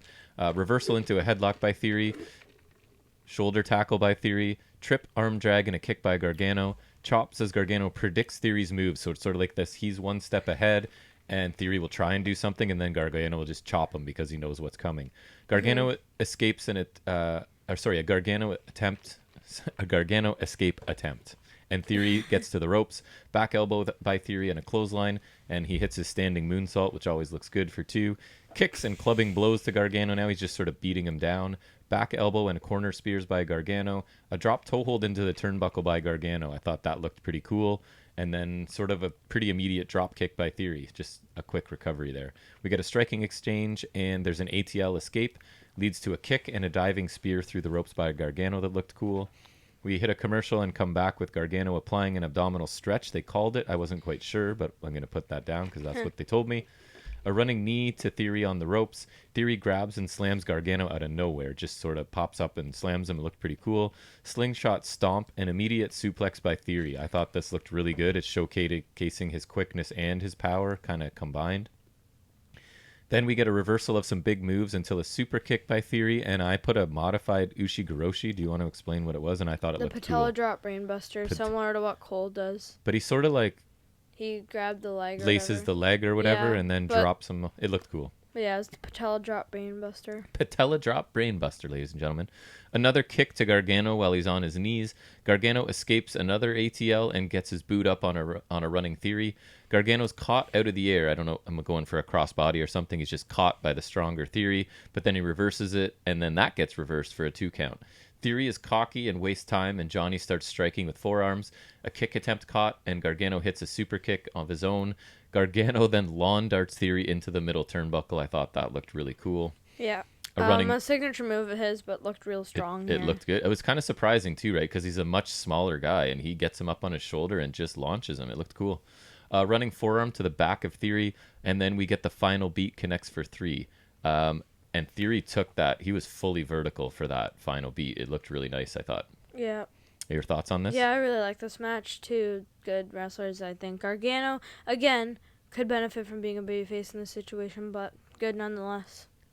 Agree. Really good match. I don't want to like Theory because of some maybe outside of the ring issues, but his last 2 TV matches have been really good. They've been long matches against megastars, and he's held his own, right? So I've been really engaged in both of his matches recently, so I think there's big things for this kid, probably. Yeah, that's fair to say. And then we get a Gonzalez is the biggest. She's telling us a brief interview here. She's the big. Just like a promo though. Sorry, no interview. You're right. There was no one talking to her. It was just her. It was more of a promo. She's the biggest and baddest woman in the industry. Rhea can show up at Halloween Havoc and find out, but Ripley shows up right then, and she's yelling, and they trash talk each other, and they have to be separated. I'm the best. No, I'm the best. We're the best. Yay! Yep. And then they get separated. I would love Gonzalez to win and continue her build because I think they're doing a pretty good job of building her right now, but I doubt it just because I think Ripley's the one they have sort of earmarked to be a star. Although, who knows? Her star's fallen as well, kind of, right? Yes. So I kind of, and I think you do too, I'm interested in Gonzalez, yes? Yeah. Yeah, so I'm somewhat. I'm hoping they choose to keep building her, but She's kind of like Diesel, and Diesel did end up becoming a WWE champion, so. It's true. I like the Kai and Gonzalez combination. Yes. All right, so we're then told, I don't know, I was fixing my notes, I sort of missed this, I don't know if you caught it, but basically that Ciampa is after Velveteen Dream now. Because Velveteen Dream interfered, and Ciampa was like, that's not nice. Thank you. You did help. Oh, yeah, that's right. Okay. So that does make sense then. It was just a quick little, they just kind of let us know that and then moved on. And then we get Jack's favorite wrestler, Shotzi Blackheart, versus Candice LeRae. I don't know, man. We're starting to disagree on Shotzi. I know it's... Stop. I don't know what to tell you. Anyways, holds, escapes, and reversals to start. I think that could be on our T-shirt now, too. Holds, escapes, and reversals. It's my standard summary of... We just have like a wrestler grappling logo. Any of our 12 fans can get a T-shirt. Insigiri by Shotzi. Shotzi fans. Knocked off the apron. LeRae misses a dive, and Shotzi hits a weak-looking dive. Go ahead. Oh, yeah. It was terrible. The worst thing ever. And it was Who did you compare it to? We saw a good one from Ember Moon last week. Yeah, because she was fast and dove through clean, and this one was like, is she gonna get enough hang time to get She there? barely got there. It wasn't great. And I hate her, and she sucks. She rolls it in Candace and covers for two. Two cool looking knees to the face by Shotzi. They were kind of each executed in a different way. One of them she had her up on her shoulders and dropped her on. I thought they looked cool. LeRae gets momentum and stomps Shotzi in the corner, and then a snapmare and a neck snap for two. Arm submission applied by LeRae, a snapmare by LeRae, and a neck twist from behind where you kind of fly over and snap the neck. Suplex by LeRae for two. We get a face rake along the ropes for Shotzi, classic heel work, and she gets tossed across the ring. I don't know if it was by her hair, it might have been. LeRae is working slow here and working definite heel style. Shotzi gets going a bit but runs into a boot, and both go to the apron in different corners. And then they run towards each other, and Shotzi lands a pretty big, nice-looking kick, I thought there anyways. Yeah. Shotzi's pushed onto the post face first, and LeRae drops to the floor, smacks Shotzi's face on the apron in the process. I never know how to explain that, but she ends up basically smashing Shotzi's face on the apron. Back in the ring, Shotzi is in control with a face buster and a discus forearm that looked okay. Senton into LeRae into the ropes. Nice quick offense by Shotzi. This is what I'm seeing the biggest improvement is her linking of moves is looking a lot more smooth. It used to be like, here's one move, slow transition. Here's another move, or it was all run the ropes. I'm seeing less of that. I'm seeing more of like the offense coming. Yeah, but I think her character work is still, That's still not my favorite. I'm just talking in ring. And she's like in ring, whatever. I think she's getting better, which is what I'm always hoping for, right? Still not great, but yeah, a little better, I guess. Yep. Senton from the top, but knees up by LeRae for two. Awkward corner stuff. Leads to a German suplex from the second turnbuckle by LeRae. That looked cool, but there's a little bit of clunkiness before that. And a kick to the head as well that I liked. Double underhook suplex by Shotzi for two. I always like that move.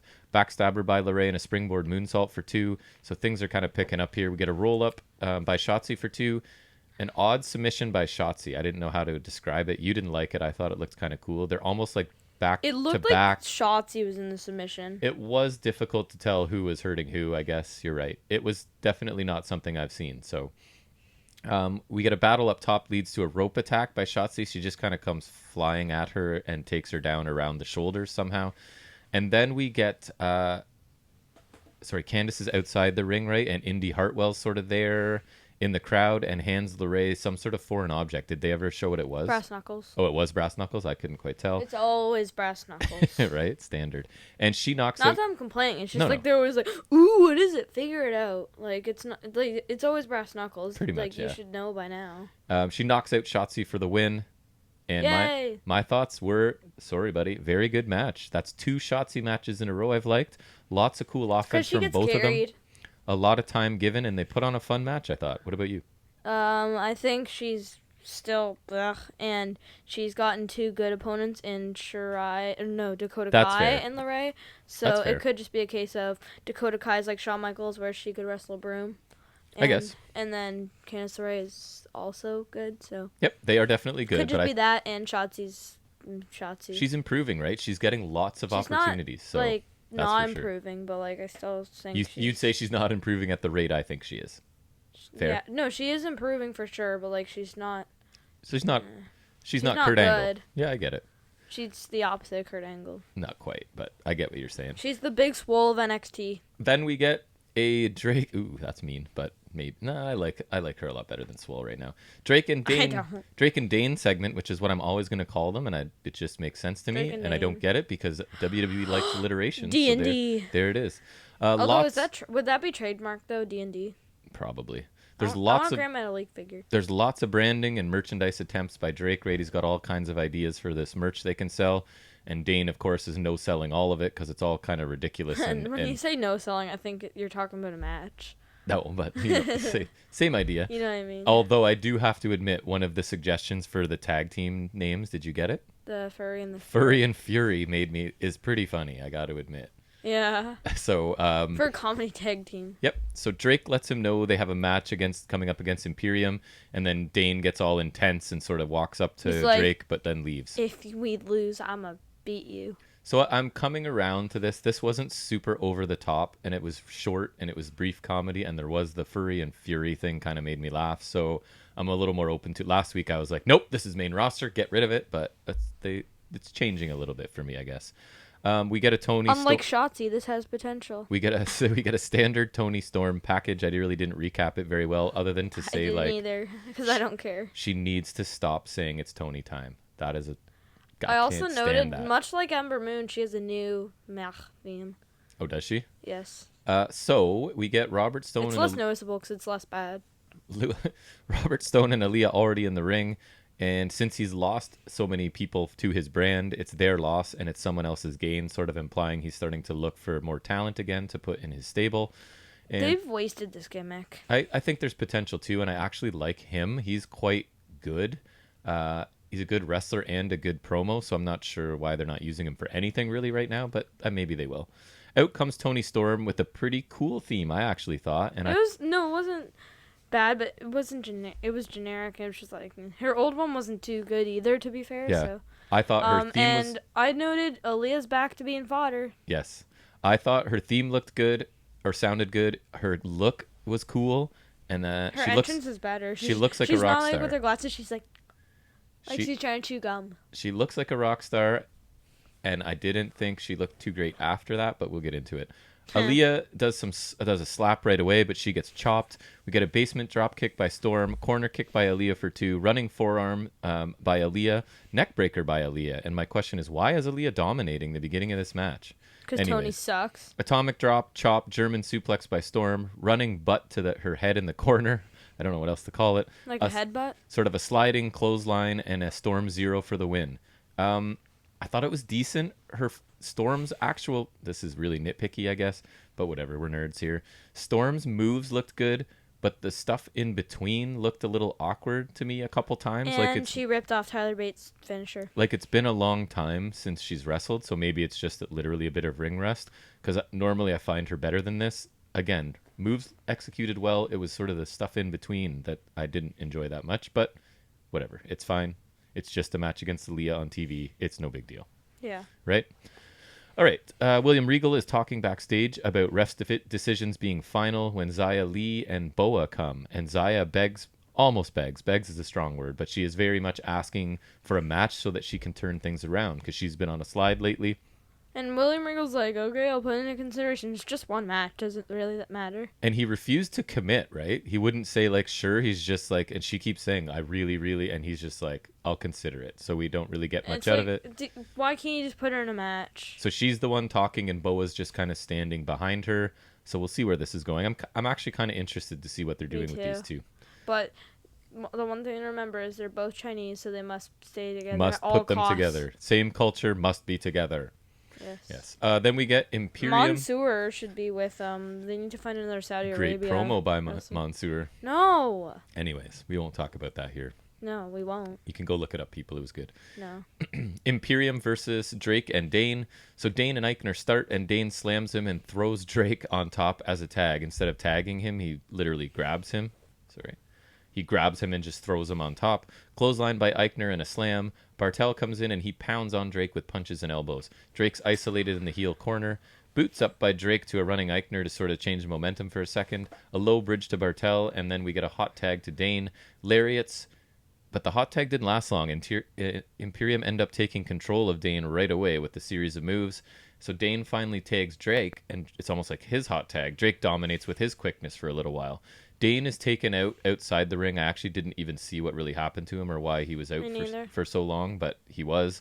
And so that leads into the finish where Drake gets caught while trying a top rope crossbody, and a brainbuster and an Imperium implosion, which I actually kind of like. I preferred it being called the European Bomb. Yeah, I like it though. I like the move. Yeah, it's like the move itself is top good. Rope European uppercut into a power bomb, right? From the other, it's like a tandem move. It's cool. And then Everrise come out to mock Drake for some reason. Is there a connection there? Wouldn't they attack him? Yeah, because they beat Everrise. Oh, right. Okay. So I guess that's good enough. And so Everrise are bad. They come out to mock Drake. Dane then takes them out and tells Drake, which is kind of funny, like, nobody hits you but me sort of thing, right? So it's getting a bit more interesting to me somehow. It was a decent match for what it was. It wasn't really much of anything, right? But it's the whole idea, like, you and your brother can fight all the time about stuff, but if somebody else picks on your brother, that's different, right? Like, he's your brother. You guys are supposed to do that. Well, I know, but that's what they're trying to say here is that he's like, I'm allowed to slap you and knock you out, but I don't want anyone else doing that. So it's this interesting dynamic, I guess. We'll see where it goes. Yeah. I thought it was fine for what it was. Yeah. All right. Main event time. Yay. Damian Priest versus another one of your favorites, Dexter Lumis. See, yeah, I don't like Dexter Lumis, but yes. this match made no sense to me just because what did he do to get an opportunity? Just that's all I have to say, because, like, not that I like him. Like, if there's a reason he's getting the opportunity, then fine, but, like... Well, he's been sort of around that no sense. Well, mix. But then they later explained that he missed out on the ladder match due to an injury. I'm just like, okay. Yeah, I guess, right? He was supposed to be in the ladder match, and he's been winning since then, I guess. I don't know. I can't really... my memory. He hasn't really been in a match. But my first note was that I could see Loomis's gimmick on the main roster and his look, right? Because he's this jacked guy, and he's got kind of this cool stare going on, and I could see this being a main roster thing. So maybe you won't have to worry about him in our NXT for too long. Great. So we get a lockup, and they both hold on for a really long time, and they're sort of all over the ring with this collar and elbow tie-up. Nobody's really getting an advantage. We get a rope break and another lockup with a side headlock by Lumis to end that one. Shoulder tackle exchange, and Lumis is down, but Kip's up immediately. He really showed off a lot of athleticism in this match, I thought. More so than usual, maybe. Leapfrogs by Lumis into an arm drag by Priest, who holds on to the arm. Knuckle lock into old school for the crossbody by Priest, so he walks along the ropes, holding on to Loomis's knuckles, and then hits a crossbody. We get a back elbow by Priest, and he taunts Lumis for a little bit. Thesz pressed by Lumis and some punches with it. Series of kicks and a leaping back elbow. Then a broken arrow by Priest for 2, which is always cool.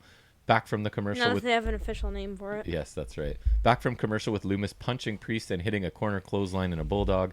Lumis gets caught by his neck like he's going to take a choke slam, but he escapes and hits a spine buster for 2. That was pretty nice. Priest escapes the silencer with elbows, a big roundhouse kick, and a flatliner for 2. I like when Priest, being such a big, lanky guy, when he links together 3 cool moves like that, it looks really nice. Yeah. He does it a fair amount. Ankle lock by Priest, drags Lumis back to the middle and reapplies it. As Lumis was getting close to the ropes, it's one of those drag him back and reapply. Lumis rolls through and kicks free, but takes a head kick of his own. Lumis escapes a razor's edge and hits a back suplex. He kips up again into a big leg drop. So that was pretty cool. It's like take him down, kip up, right into a leg drop. I thought it looked kind of neat. And I put Lumis looks ... really good ? I thought so far. It's not terrible, but I just think the gimmick is bland, and he's like, his work is decent, but I think with the gimmick he needs something. I don't know. I'm okay so far. Lumis is up he's top. Not terrible. He misses a flipping senton, and we get a big clothesline by Damian Priest at this point. Side slam and a silencer to Priest, who gets to the ropes.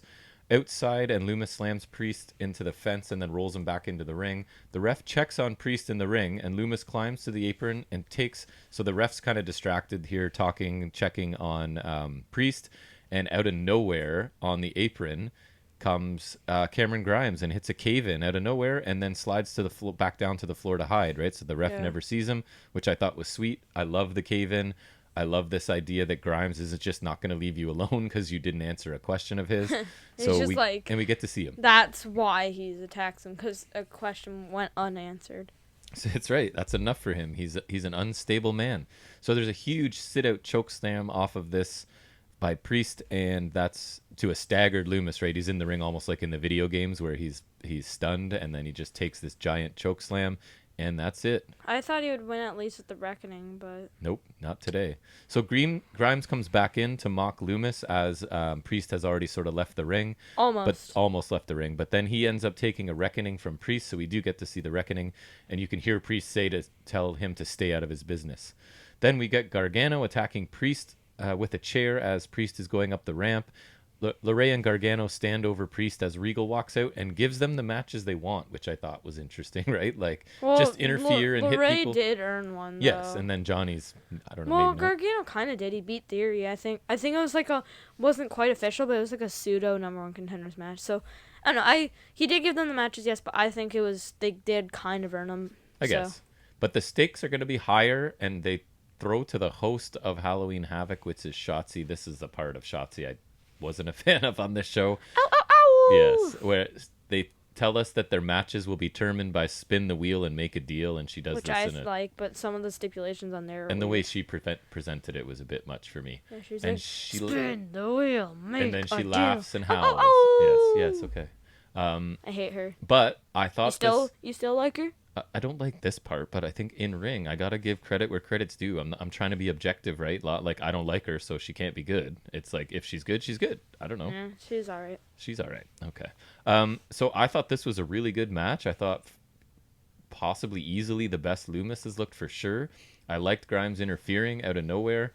Yes, I don't mind that it wasn't a clean win because both of these guys are sort of on a similar and it was like trajectory. Priest didn't even know. No, he didn't know. He thought he was So, winning there's clean, so that. it's not Healy on his part.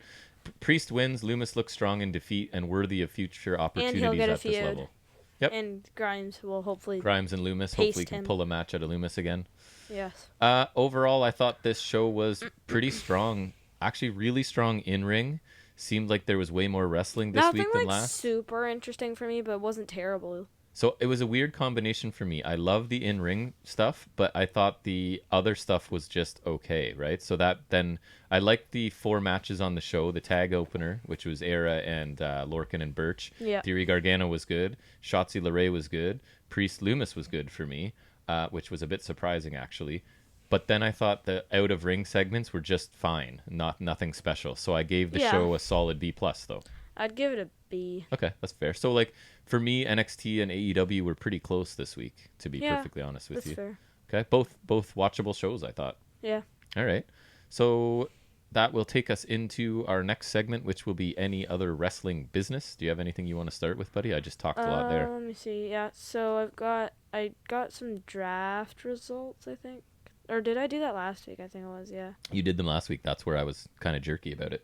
Oh, yeah. So I must have accidentally not gotten rid of those notes. That's okay. So the only thing I got is actually something from NXT UK. Sure. Oh, yeah. Is this what you sent me? Yep. Hit it. Jordan Loved it. Devlin cut an amazing promo. I just watched it because I was like, oh, Jordan Devlin staking his claim to the Cruiserweight title, which I thought was great because I totally forgot. They had the tournament, and so one of his main points is that this tournament was originally the interim champion. I love this, and then too. over time it became for the title. And they're even showing graphics of it, like saying interim, and then flashing to one of it where it doesn't say that, right? So. And he was just like, you thought I wouldn't notice? Like, I'm the champion. You want the belt? Come take it from me. Because he still has his belt, so he's arguing this is the belt. Yes, they just did this with Sami Zayn, but it wasn't their fault that this... No. And this one happened first, I think. It's a classic storyline, and when it makes sense, it makes sense. Dude, you could get him, Escobar, and Scott in a 3-way ladder match, and I'll take another one. I thought this was... Jack sent it to me in a text. I watched it. I also thought it was fantastic. I loved it. And he's Jordan amazing Devlin. in the ring. If you don't know Jordan Devlin, we met him. We've talked about this little indie show we went to. And that's the thing with Devlin is that's the one that you went and got yourself, right? Because I didn't. We had already gotten a whole bunch of pictures and we'd made it back to our seats. And I was just like, I don't really want to get up and go again. And you were like, I'm going. So it's that was Jordan cool. Devlin, bro. Yeah, and it was cool. He for those who don't know, he's trained by Finn Balor and looks pretty similar to Finn Balor. He does look like a Finn Balor a bit for sure. Yep. Okay, so I do have Ring of Honor. That's all I have, so it's all and you. Impact, so we'll go through. Ring of Honor will be pretty quick, I think. So let me get started then. All right, so Ring of Honor, and my first note is we've established my attention span for a show like this, and it looks like it's 5 weeks because I'm starting to lose interest in it. If I'm being totally honest, it's still not bad. It's not like their highlight shows. I love this program for the first 2 weeks. And it's sort of been declining ever since for me. It's still not bad, but every show is really, really similar. And I guess I know I started out saying, like, this is exactly what I want. Just like the pattern or something. But I think I'm learning maybe I need a bit of sports entertainment or something else, right? Because it's almost too serious now. And I know for the first 2 weeks, that's what I was loving. I'm just trying to be honest. That it's sort of, it's now like same, again, I kept saying even in the reviews, right? Same formula as last week. It's this and this and this and this.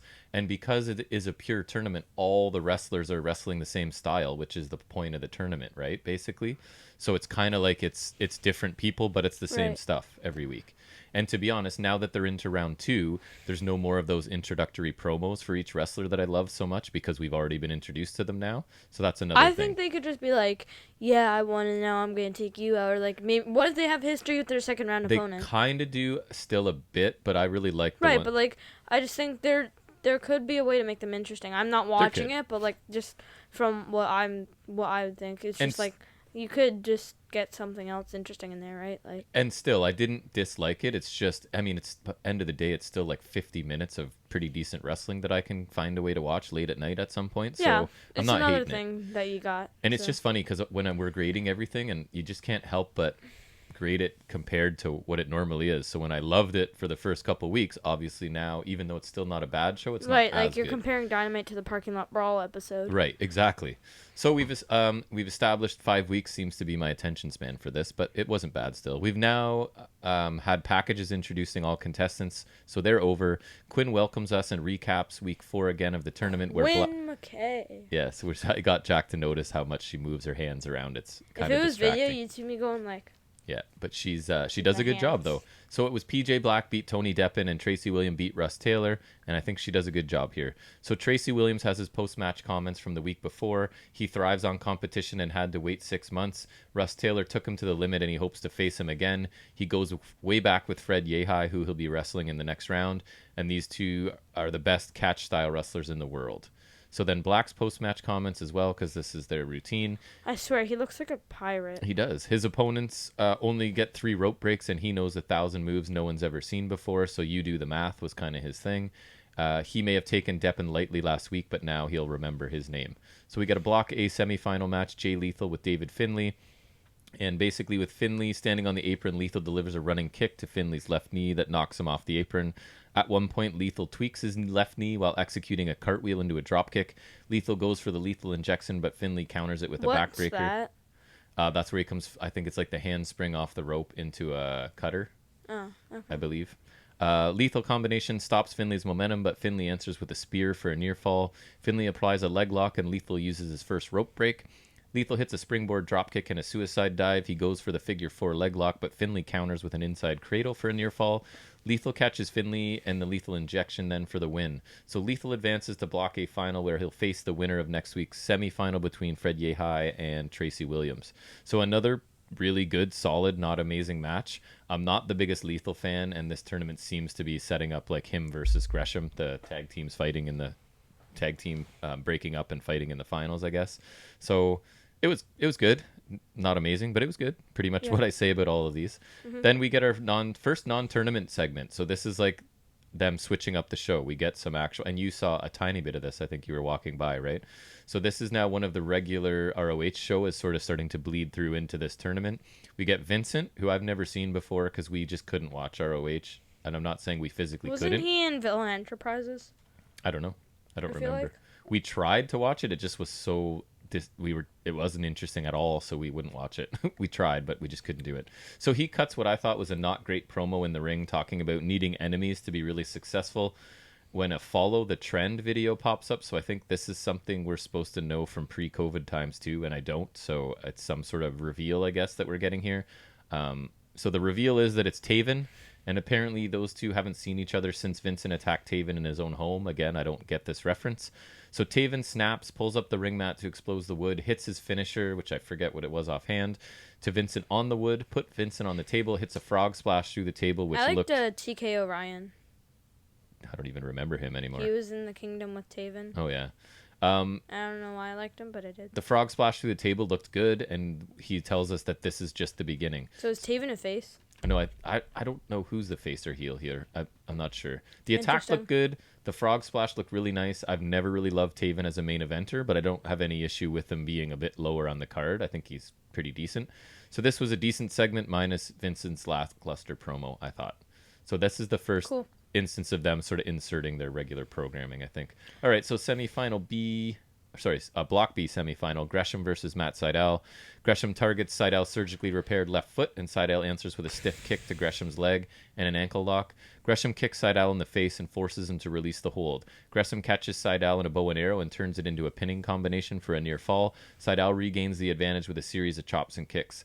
Sydal stuns Gresham with a spinning kick to the head and follows with a modified power slam for a 2 count. Sydal locks in his Cobra clutch that he used to beat Delirious in the previous match, but Gresham escapes.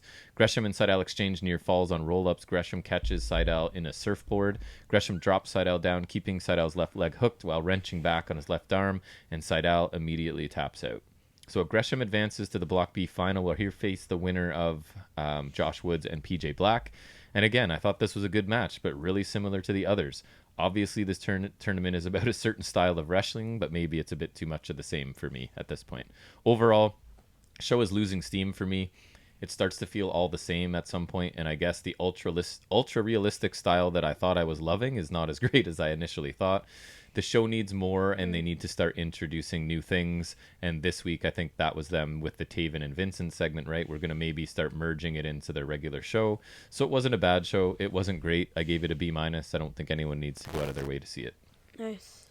All right, so we'll hit TNA, where I really don't do much other than tell you results in some of my... Sorry, Impact Wrestling. Sorry, TNA. I apologize. I know they all listen, and I'm going to get emails. There's thousands of more emails correcting me. Yeah, you'll have to get back to them first, so anybody else sending us emails, That's sorry, right. you'll have to wait. Maybe Ashley from Impact Wrestling, our friend. Like a waiting list.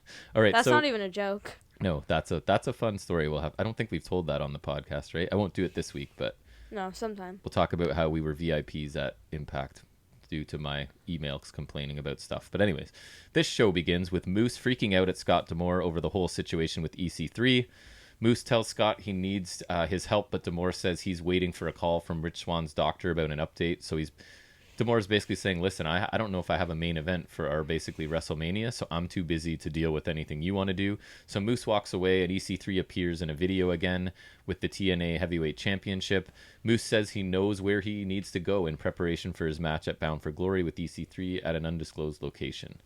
So the music under the EC3 clips is awesome. It sounds super cool. So now you like EC3? I was just going to say, what he's doing is cool and growing on me. I just wish I cared about the backstory. You know what I mean? Okay. Like the stuff they're actually doing is starting to look kind of cool. It's just there's a disconnect for me with how intense this is and what it's really about. You know what I mean? Right. So anyways, I'm starting to work. I think EC3's a great fit for Impact. He just has to, and he's stopping. He needs that EC3 gimmick back. And the early stuff he was using. I think it's also because Dixie Carter is not. That's right. That's his aunt in kayfabe, right? I just think in the beginning he was trying to use too big of words and have it sound cool, and now he's sort of relaxed a bit, and I'm not hating it. Anyways, we get a 3-way knockouts tag match. Rosemary and Taya Valkyrie versus Kiera Hogan and Tasha Steelz versus Havoc and Nevaeh. So Steelz and Hogan have awesome swagger and are constantly talking. I really like it. Like they never stop, basically. Even when Jack Evans. Yes, even when Tasha Steelz is executing moves, sometimes she's yelling at people, which is interesting. So Rosemary and Taya Valkyrie win with a pinfall when Rosemary pins Tasha Steelz. With the wing clipper. Yeah, I forget what Rosemary calls it. Yes. So Josh Matthews... Angel Garza does it better. Okay. Josh Matthews, much like Michael Cole, has the ability to make people seem less cool, which is a big skill he has, right? So the way when Steelz and Hogan come out, it's so annoying because he always says, they just pop off the screen. And you can tell it's like a scripted thing he has to say, and it actually makes them sound less cool instead of more cool. Yeah. Anyways, I really enjoyed this match. Everyone looked good at some point. Steelz and Hogan were in for the vast majority of this match and looked good because sometimes they don't. They are constant, obnoxious noise, and I like it. Steelz looked better than the last match I saw her. I think she's got massive potential. I've talked about it before. I won't waste your time. Yeah. And then you saw the finish, right, with Taya jumping into 3 people who didn't catch her very well, or 2 people, I forget. It looked like she hurt herself jumping from the rope to the floor, and honestly, I think she was hurt. She never comes back in the match. Tasha Steelz is in the ring, and she seems to actually kill time while they're checking on Taya. And then I think in what might have been an audible, which just means a football term for like a change of the original plan. And it's an audiobook thing. Yes, it is. Rosemary spears her and hits a double underhook finisher. I don't know what she calls it. Wing clipper. Right, I know, but I don't know what she calls it. Matthews doesn't know the name of it either because he can't tell us. But then Taya does come back in to celebrate the win, so maybe she's okay. But honestly, she landed. They did not do kind of like when Cody Rhodes. Yes. His face off the ramp. They did not do a good job of catching Gear. her at all, and she basically chest and face first from the ring onto the concrete floor, basically. Mm-hmm. So Wrestle House people do stuff backstage. That's as much detail as I care to give you. And Falaba has Hernandez giant roll of money now, but doesn't tell them. So it sounds like there might be some heel things to Falaba, which actually interests me. So he's talking to Crazy Steve about their upcoming match. And then we get Havoc in a backstage segment that was pretty awful. So Havoc's in a room by herself, and Rosemary just sort of appears there, like she teleports or whatever she does because she's spooky. So Rosemary tells Havoc that she needs her help to resurrect Father James Mitchell. Okay. James Mitchell? Yes. Yeah. Havoc tells her they will have a match next week where if Rosemary wins, she'll help resurrect Mitchell. But if Havoc wins, she has to leave her alone. Havoc was really not good here, and I like her, but promo, not so much. I don't care enough about James Mitchell to enjoy this part, is all I put. Yeah. Right? Falaba, Crazy Steve. I don't think you saw any of this in the clips that I sent you. Crazy Steve is blind. Yes, he is legally blind. So that means he can probably see shadows, or he has a little bit of vision, enough to obviously wrestle, but he is legally blind, which is fascinating. So Ba has the roll of money around his neck, but it's sort of hiding under his shirt, but he keeps kind of clutching at it. It's like this big roll of bills that he stole from Hernandez that somehow matters to a whole bunch of people for, I don't know, Because doesn't matter. it's money and then you get So, to be rich. The finish comes when Crazy Steve rips off Falaba's shirt, and then Falaba just gets distracted and goes to cover the money that's around his neck now that his shirt has exposed that he has it, and he gets rolled up and loses. So nothing really, but I think these flashes of heel Falaba are kind of interesting because I've never seen him as anything other than a comedy character. So No. Right? I'm very interested to see him actually as a heel. I remember seeing him and he was like, no. Yeah, we saw him just walking around the bar we were in before it took and I place. think we Actually, saw nightclub him. or whatever it was. That was Yeah. the same time as we met Ashley, right? I think. I Ashley don't from know. Impact. If you're listening, Ashley, What's up? yeah, you're awesome. We hope to see you again. What's up? So Heath is backstage, and Rhino tells him that he pulled some strings and got him into a Call Your Shot gauntlet match for Bound for Glory, which confused me a lot in this show. They don't explain what that is very well. So he says if either of them win that match, then Heath will not only get an Impact contract, but he'll get the one that he requested with the bigger money. So he tells Heath that they are both in the match tonight with implications for the gauntlet, so he needs to get his gear and get ready. D'Amore comes out of his office after Heath has left, and he commends Rhino for being such a good friend and asks him if he's going to tell Heath the other part of the deal. And the other part of the deal is that he didn't tell Heath. If neither of them win that match, not only does Heath not get a contract and has to leave Impact permanently, but Rhino also has to give up his contract as well. And I actually thought Rhino did a really good job acting here. He looked like it was honestly like, he's just kind of like, he doesn't need to know that, right? He doesn't want to put the stress on his buddy who's already stressed out about not having a job, that like his friend's going to lose his job too. So I thought he did a good job here. I'm not sure how I feel about Scott D'Amore because he's in the show like 3 or 4 times this week. So he's starting to be... He's like their general manager. He is. And I don't know if I need that. Anyways, he's okay because he's not doing the heel bit yet. So it might be coming. But... so this is the second time we've seen him tonight already, and we will see him again. So back from the break with Caleb with a K in the ring to introduce Tennille Dashwood as... Caleb Conley? So, yes, it is. So this is where Was I he got... the guy with Trevor Lee and Eli Drake? Yes, I believe so. So this is where I get confused because we have a 10-person tag match with Call Your Shot gauntlet implications.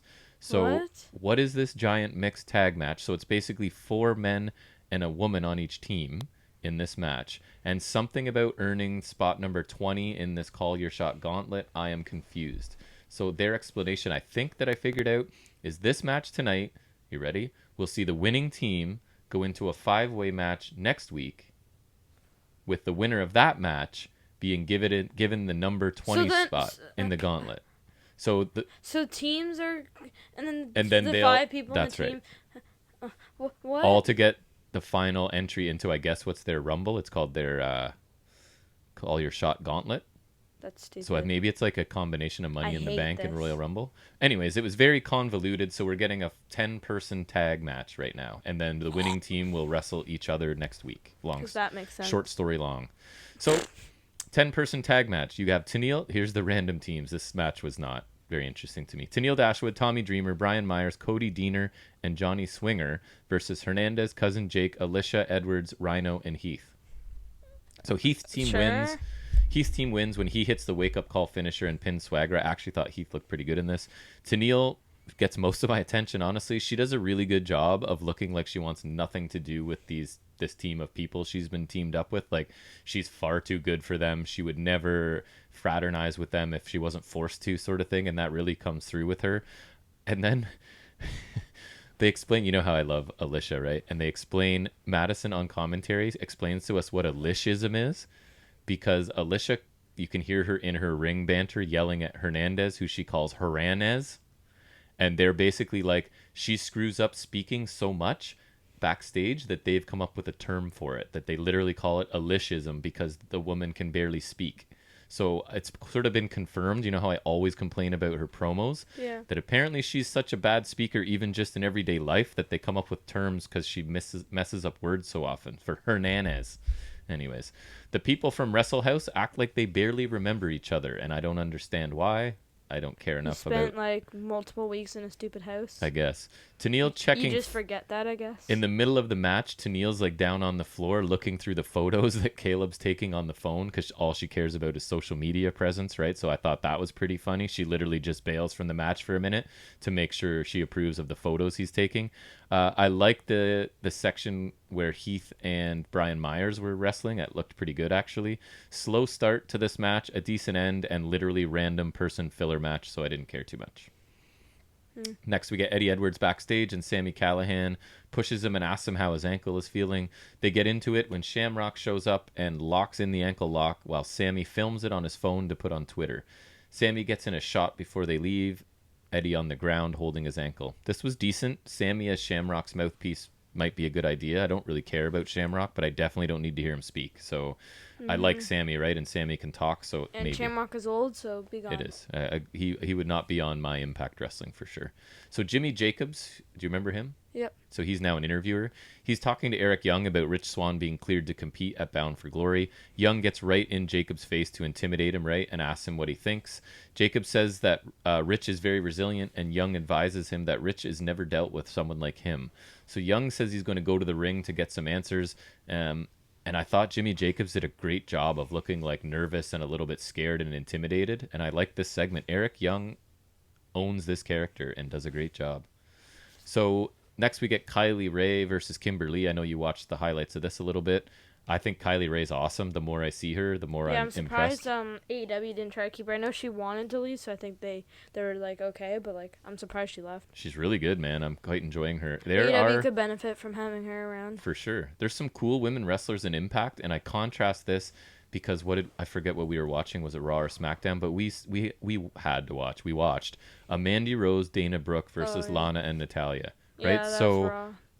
Any of the women in Impact Wrestling are better than that, in my opinion. But anyways, there was a couple awkward things. There was an awkward stuff on the apron where Kimberly is calling spots really loudly, but there's still some misunderstanding that looked kind of strange. But after that, I really like this.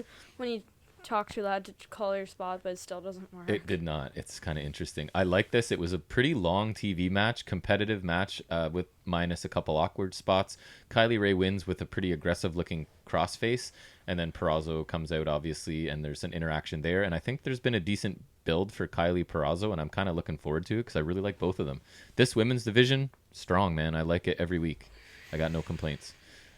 You getting uncomfortable? Yeah, right. Yeah, We're almost done, buddy. Before the Battle of the Big Men, the Good Brothers discuss coming to Impact and how they know they are the best at everything they do, and they need the belts to be the very best, so they will walk out of Bound for Glory as champions. All I would want to say to them is shut up. This was a decent promo. I disliked them quite a bit, but Carl Anderson did most of the talking here, and I thought it was a decent promo from them. They started out bragging and pushing their merchandise, which annoys me, but then they got a little more serious. It's all about, look at all the stuff we can sell, pointing at their hats and pointing at their beer and their t-shirts.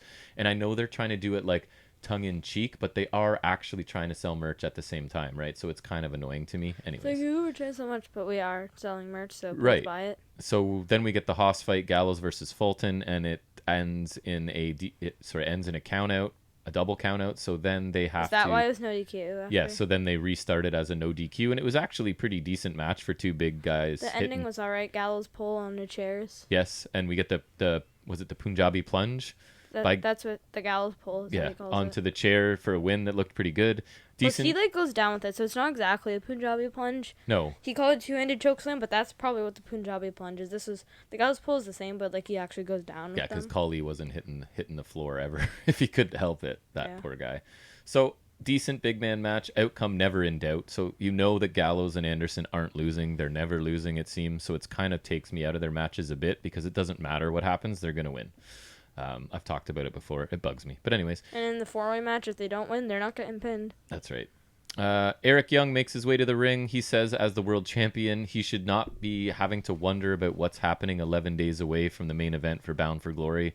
He's not going to leave until he gets answers. And we cut backstage to D'Amore watching on a TV, and he's finally receiving the call about Swan's status, we're led to believe.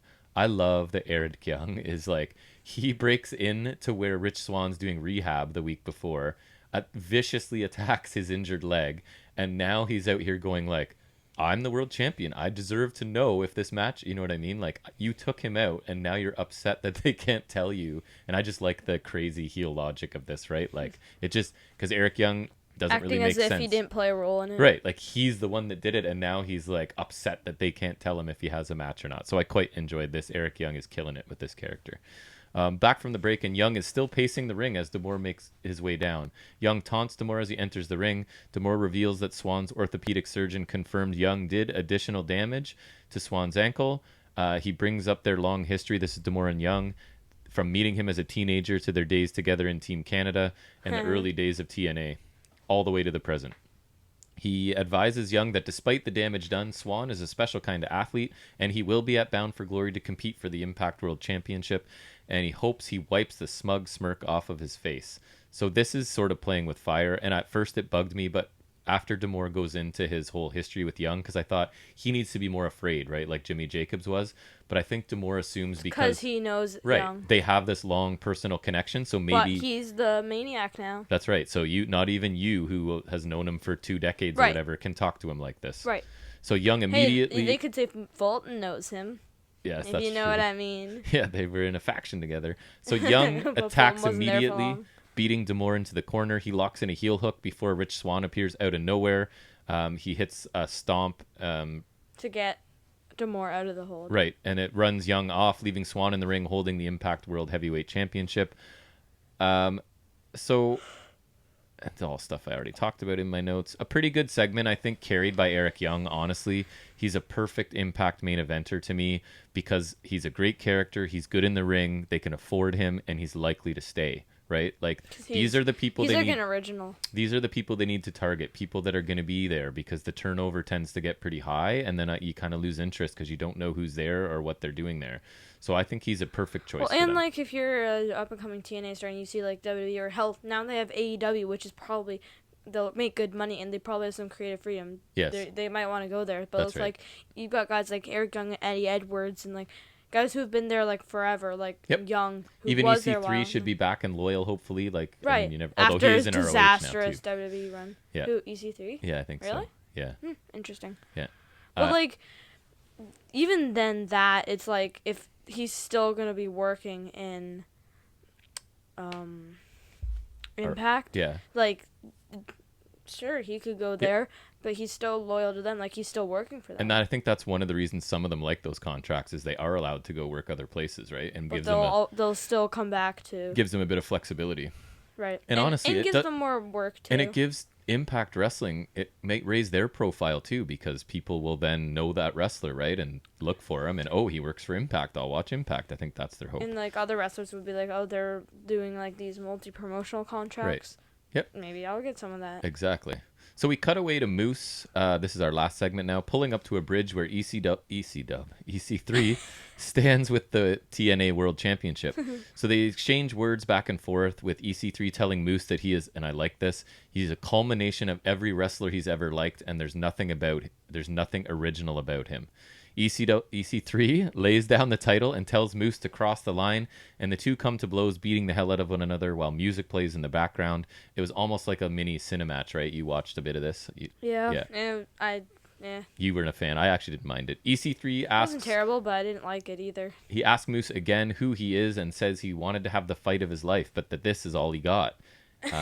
It wouldn't be so funny if it wasn't so sad, which I thought was a cool line too from EC3.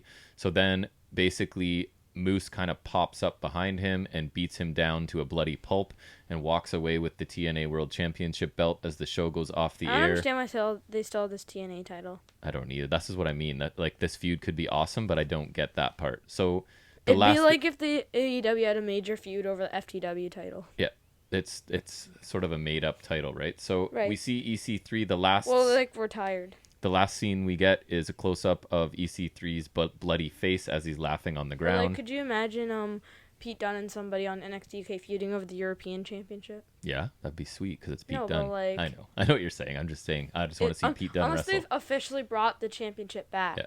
But like, just like a championship, not a non-existent title. Yeah. So it's just and it's weird because the company isn't even called that anymore, and you're still sort of keeping their championship around, which I found interesting. But in general, this sort of feud has gotten more interesting for me. I thought this was actually kind of a cool looking segment. I really like the soundtrack. I know that sounds like I'm getting really picky and into things, but I did like the soundtrack. If the backstory of this were only a little bit stronger, I'd probably really into it because I think both of them are starting to do a pretty good job of telling the story. There's just a disconnect for me. So overall, I actually quite enjoyed this show. It felt shorter than usual, which is a good sign. I enjoyed both of the women's division matches. Gallows and Fulton was actually a pretty decent big man Haas fight. And some of their storylines and characters are growing on me because that's been my complaint is I don't care about the stories. I don't understand the stories or the stories are weak. I think they're getting better. EY is killing it with this character, and EC3 Moose feud is picking up steam for me too. So I was in a good mood after this show. I'm going to give it a B+, and honestly, I might have almost rated it higher than AEW. They're both the same this week, but I think AEW is just barely a B+ for me. Nice. So again, I think it's that grading on a curve, right? Because TNA is kind of disappointing, or Impact, is kind of disappointing, and this week it was pretty good. So maybe I artificially inflate it, and then AEW... I think they need some sort of crowd, though. They do for sure, but honestly, the women's division is pretty fun. The tag division's pretty good. Eric Young's pretty cool. EC3 and Moose are cool, and then it's a bunch of other stuff. So anyways, a pretty good week of wrestling for me. There was nothing in the C range for me, and there was last week, so that's an improvement. Nice. And that wraps up that segment, so that's going to lead us to Jack Fact number 3, buddy. What do you got for us? This is the one that just kind of sparked my idea for this. Cool. So I was talking a bit about Diesel there earlier when we were talking about Raquel Gonzalez. Yeah, the big lazy Diesel. Yeah, and so the fact is, so obviously Shawn Michaels was Intercontinental Champion, brought in Diesel as his bodyguard, but despite being introduced to WWE by Shawn Michaels, Diesel was the first of them to become the WWE Champion. First of who? Him and Michaels. Really? Yep. He won in 1995, or I remember he beat Bob Backlund and reigned, and then Michaels won in I think 96, WrestleMania 12, the Iron Man match. Yeah, and that's like the classic WWE, right? Like Vince going, look at these two guys. Right. One of these is, and then it turns out like Michaels is the mega star, and it just has to be. And again, we were talking about it with the women. And Diesel went on that basically year-long run. And just undeniably, like, you can't hold this guy back. He's so good in the ring, Michaels, and he's got such a Michaels connection. And Hart, right? Yeah, he's got such a connection with the crowd. Like he's Heel small. or babyface. You can't stop him though. Right. Yeah. So I don't know. That's I just found this interesting. Yeah, just because people always assume Michaels is the bigger star, so you would think that, but.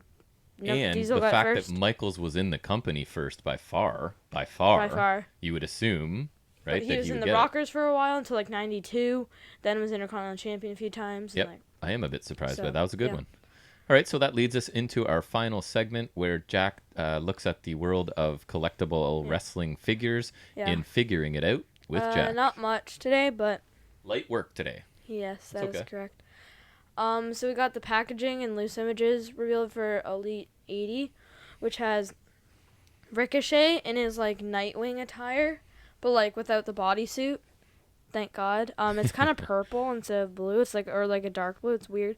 The new Don't talk colors with me, buddy. The new head sculpt that was advertised in the render images has not come to be. It's just the usual face scan, which I'm fine with. But it looks nice. It's got a jacket with the interchangeable hood up and hood down. Interchangeable hands as usual. Looks pretty nice. And then we got the War Raiders, who look pretty nice. Love the War Raiders. They got their entrance gear and interchangeable hands. Nothing else there, but they look really nice. Are they actually called the War Raiders? No, or I mean Viking Raiders. Oh, okay. I thought hopefully they were called War Raiders. No, they won't. And Eric's figure, Ro, It's got the weird super mini kick pads like they do in the Giant Gargano figures. Looks really off. Like then they paint it on. Did he actually wear there. those? No, but Oh. they just like paint it on over there. It's like, why don't you just do the normal kick pads? But Lazy. Like, it's just an odd choice. And then we got Bailey. This is her attire from when she debuted her heel turn and her new hair and won the SmackDown Women's title back. She comes with like the chopper thingy and then a deflated Bailey buddy. Oh, from when she... Yeah, and the inflatable... She and attacked the the Bailey interchangeable buddies. hands, yes. Cool. And it's got like the cut in it and everything. And then we have Kevin Owens from the debut Friday Night SmackDown. Yep. When he beat Shane McMahon in the ladder match. You got the ladder and then this gray briefcase. Nice attire, nice skin. It's got the updated tattoos and elite parts. And then we have Kyle O'Reilly in his TakeOver War Games 2 attire, the camo, which nice. I really like, which Yes. will match the Roderick Strong that I have and the Bobby Fish they just released. And then the Chase variant, which is like a black and yellow, which is, again, going to match that Bobby Fish Nice. Chase. But yeah, a decent series. And then we got packaging images for... Oh, I almost dropped my phone. Nice hands. Good catch. Walter's Elite Ringside exclusive. The only reason I'm grabbing my phone is because I can only find the image on Ringside's Instagram, so I'm just going to get that quick. But it looks really nice. It is TakeOver New York themed because that is when he won the UK Championship. Makes sense. He's packaged real nice in there with his hands behind his back. Yes, that's a cool figure. I have to agree. And it's got the TakeOver New York logo on the top, and it's like got the fire on the packaging, and it looks really nice. We didn't quite meet Walter, but we got within, We saw him, yeah. 15 feet of him in the basement of a bar? One I actually forgot to mention is the Hangman Page AEW Unrivaled figure is out. I don't know if I covered that in the last week's, but and then we got John Moxley's figure revealed. Cool. He's got this like a mark on his forehead, I think, because that's from when the figure's based on. And then he comes with the AEW Championship, which I wasn't expecting, which I'm happy about. And that's a beautiful belt, as we know. And, I mean, I still want to get that Jericho exclusive because you get a table and all that jizz, but this is another good way to get it. And then his Chase variant comes with, like, this painted, the inner circled shirt with, like, he's spray painted or something. Yeah. And he's got, like, bubbly bottles with him. And so, yeah, that's the 1 out of 500 one, and MJF's is the 1 out of 1,000. But rare stuff. Yes. Collector's items. Yes, sir. Very cool. Yep. That's it for figuring it out? Yes. Well, brings us to the end of episode 13. I feel like that's a pretty good one, buddy. Good job. Yeah. And again, thanks to everybody that's sort of been checking us out and listening, and hopefully you'll keep listening. And if anyone would like to contact us, you'd be the first. You want to be the first one to have your email or comments read on the We'll mention you and stuff. Feel free to send us something. So as you all know, we are available FNS Wrestling on iTunes, on Podbean, on YouTube, on Spotify, on Google Podcasts, and on Overcast. That's the one. Because I don't even know what that is. And we're also... That's how marquee it is. You can find us on Instagram at FNS_wrestling_podcast. Yes. Yes, that's the first week. It's just underscores in between the That's words. the first week I haven't thrown to you to get that because I can never remember. So again, thanks to everybody for taking some time out of their week to give us a listen. We really appreciate it. And we will be back next week at the same time, same place. So until then, take care, and we'll see you soon. Peace out.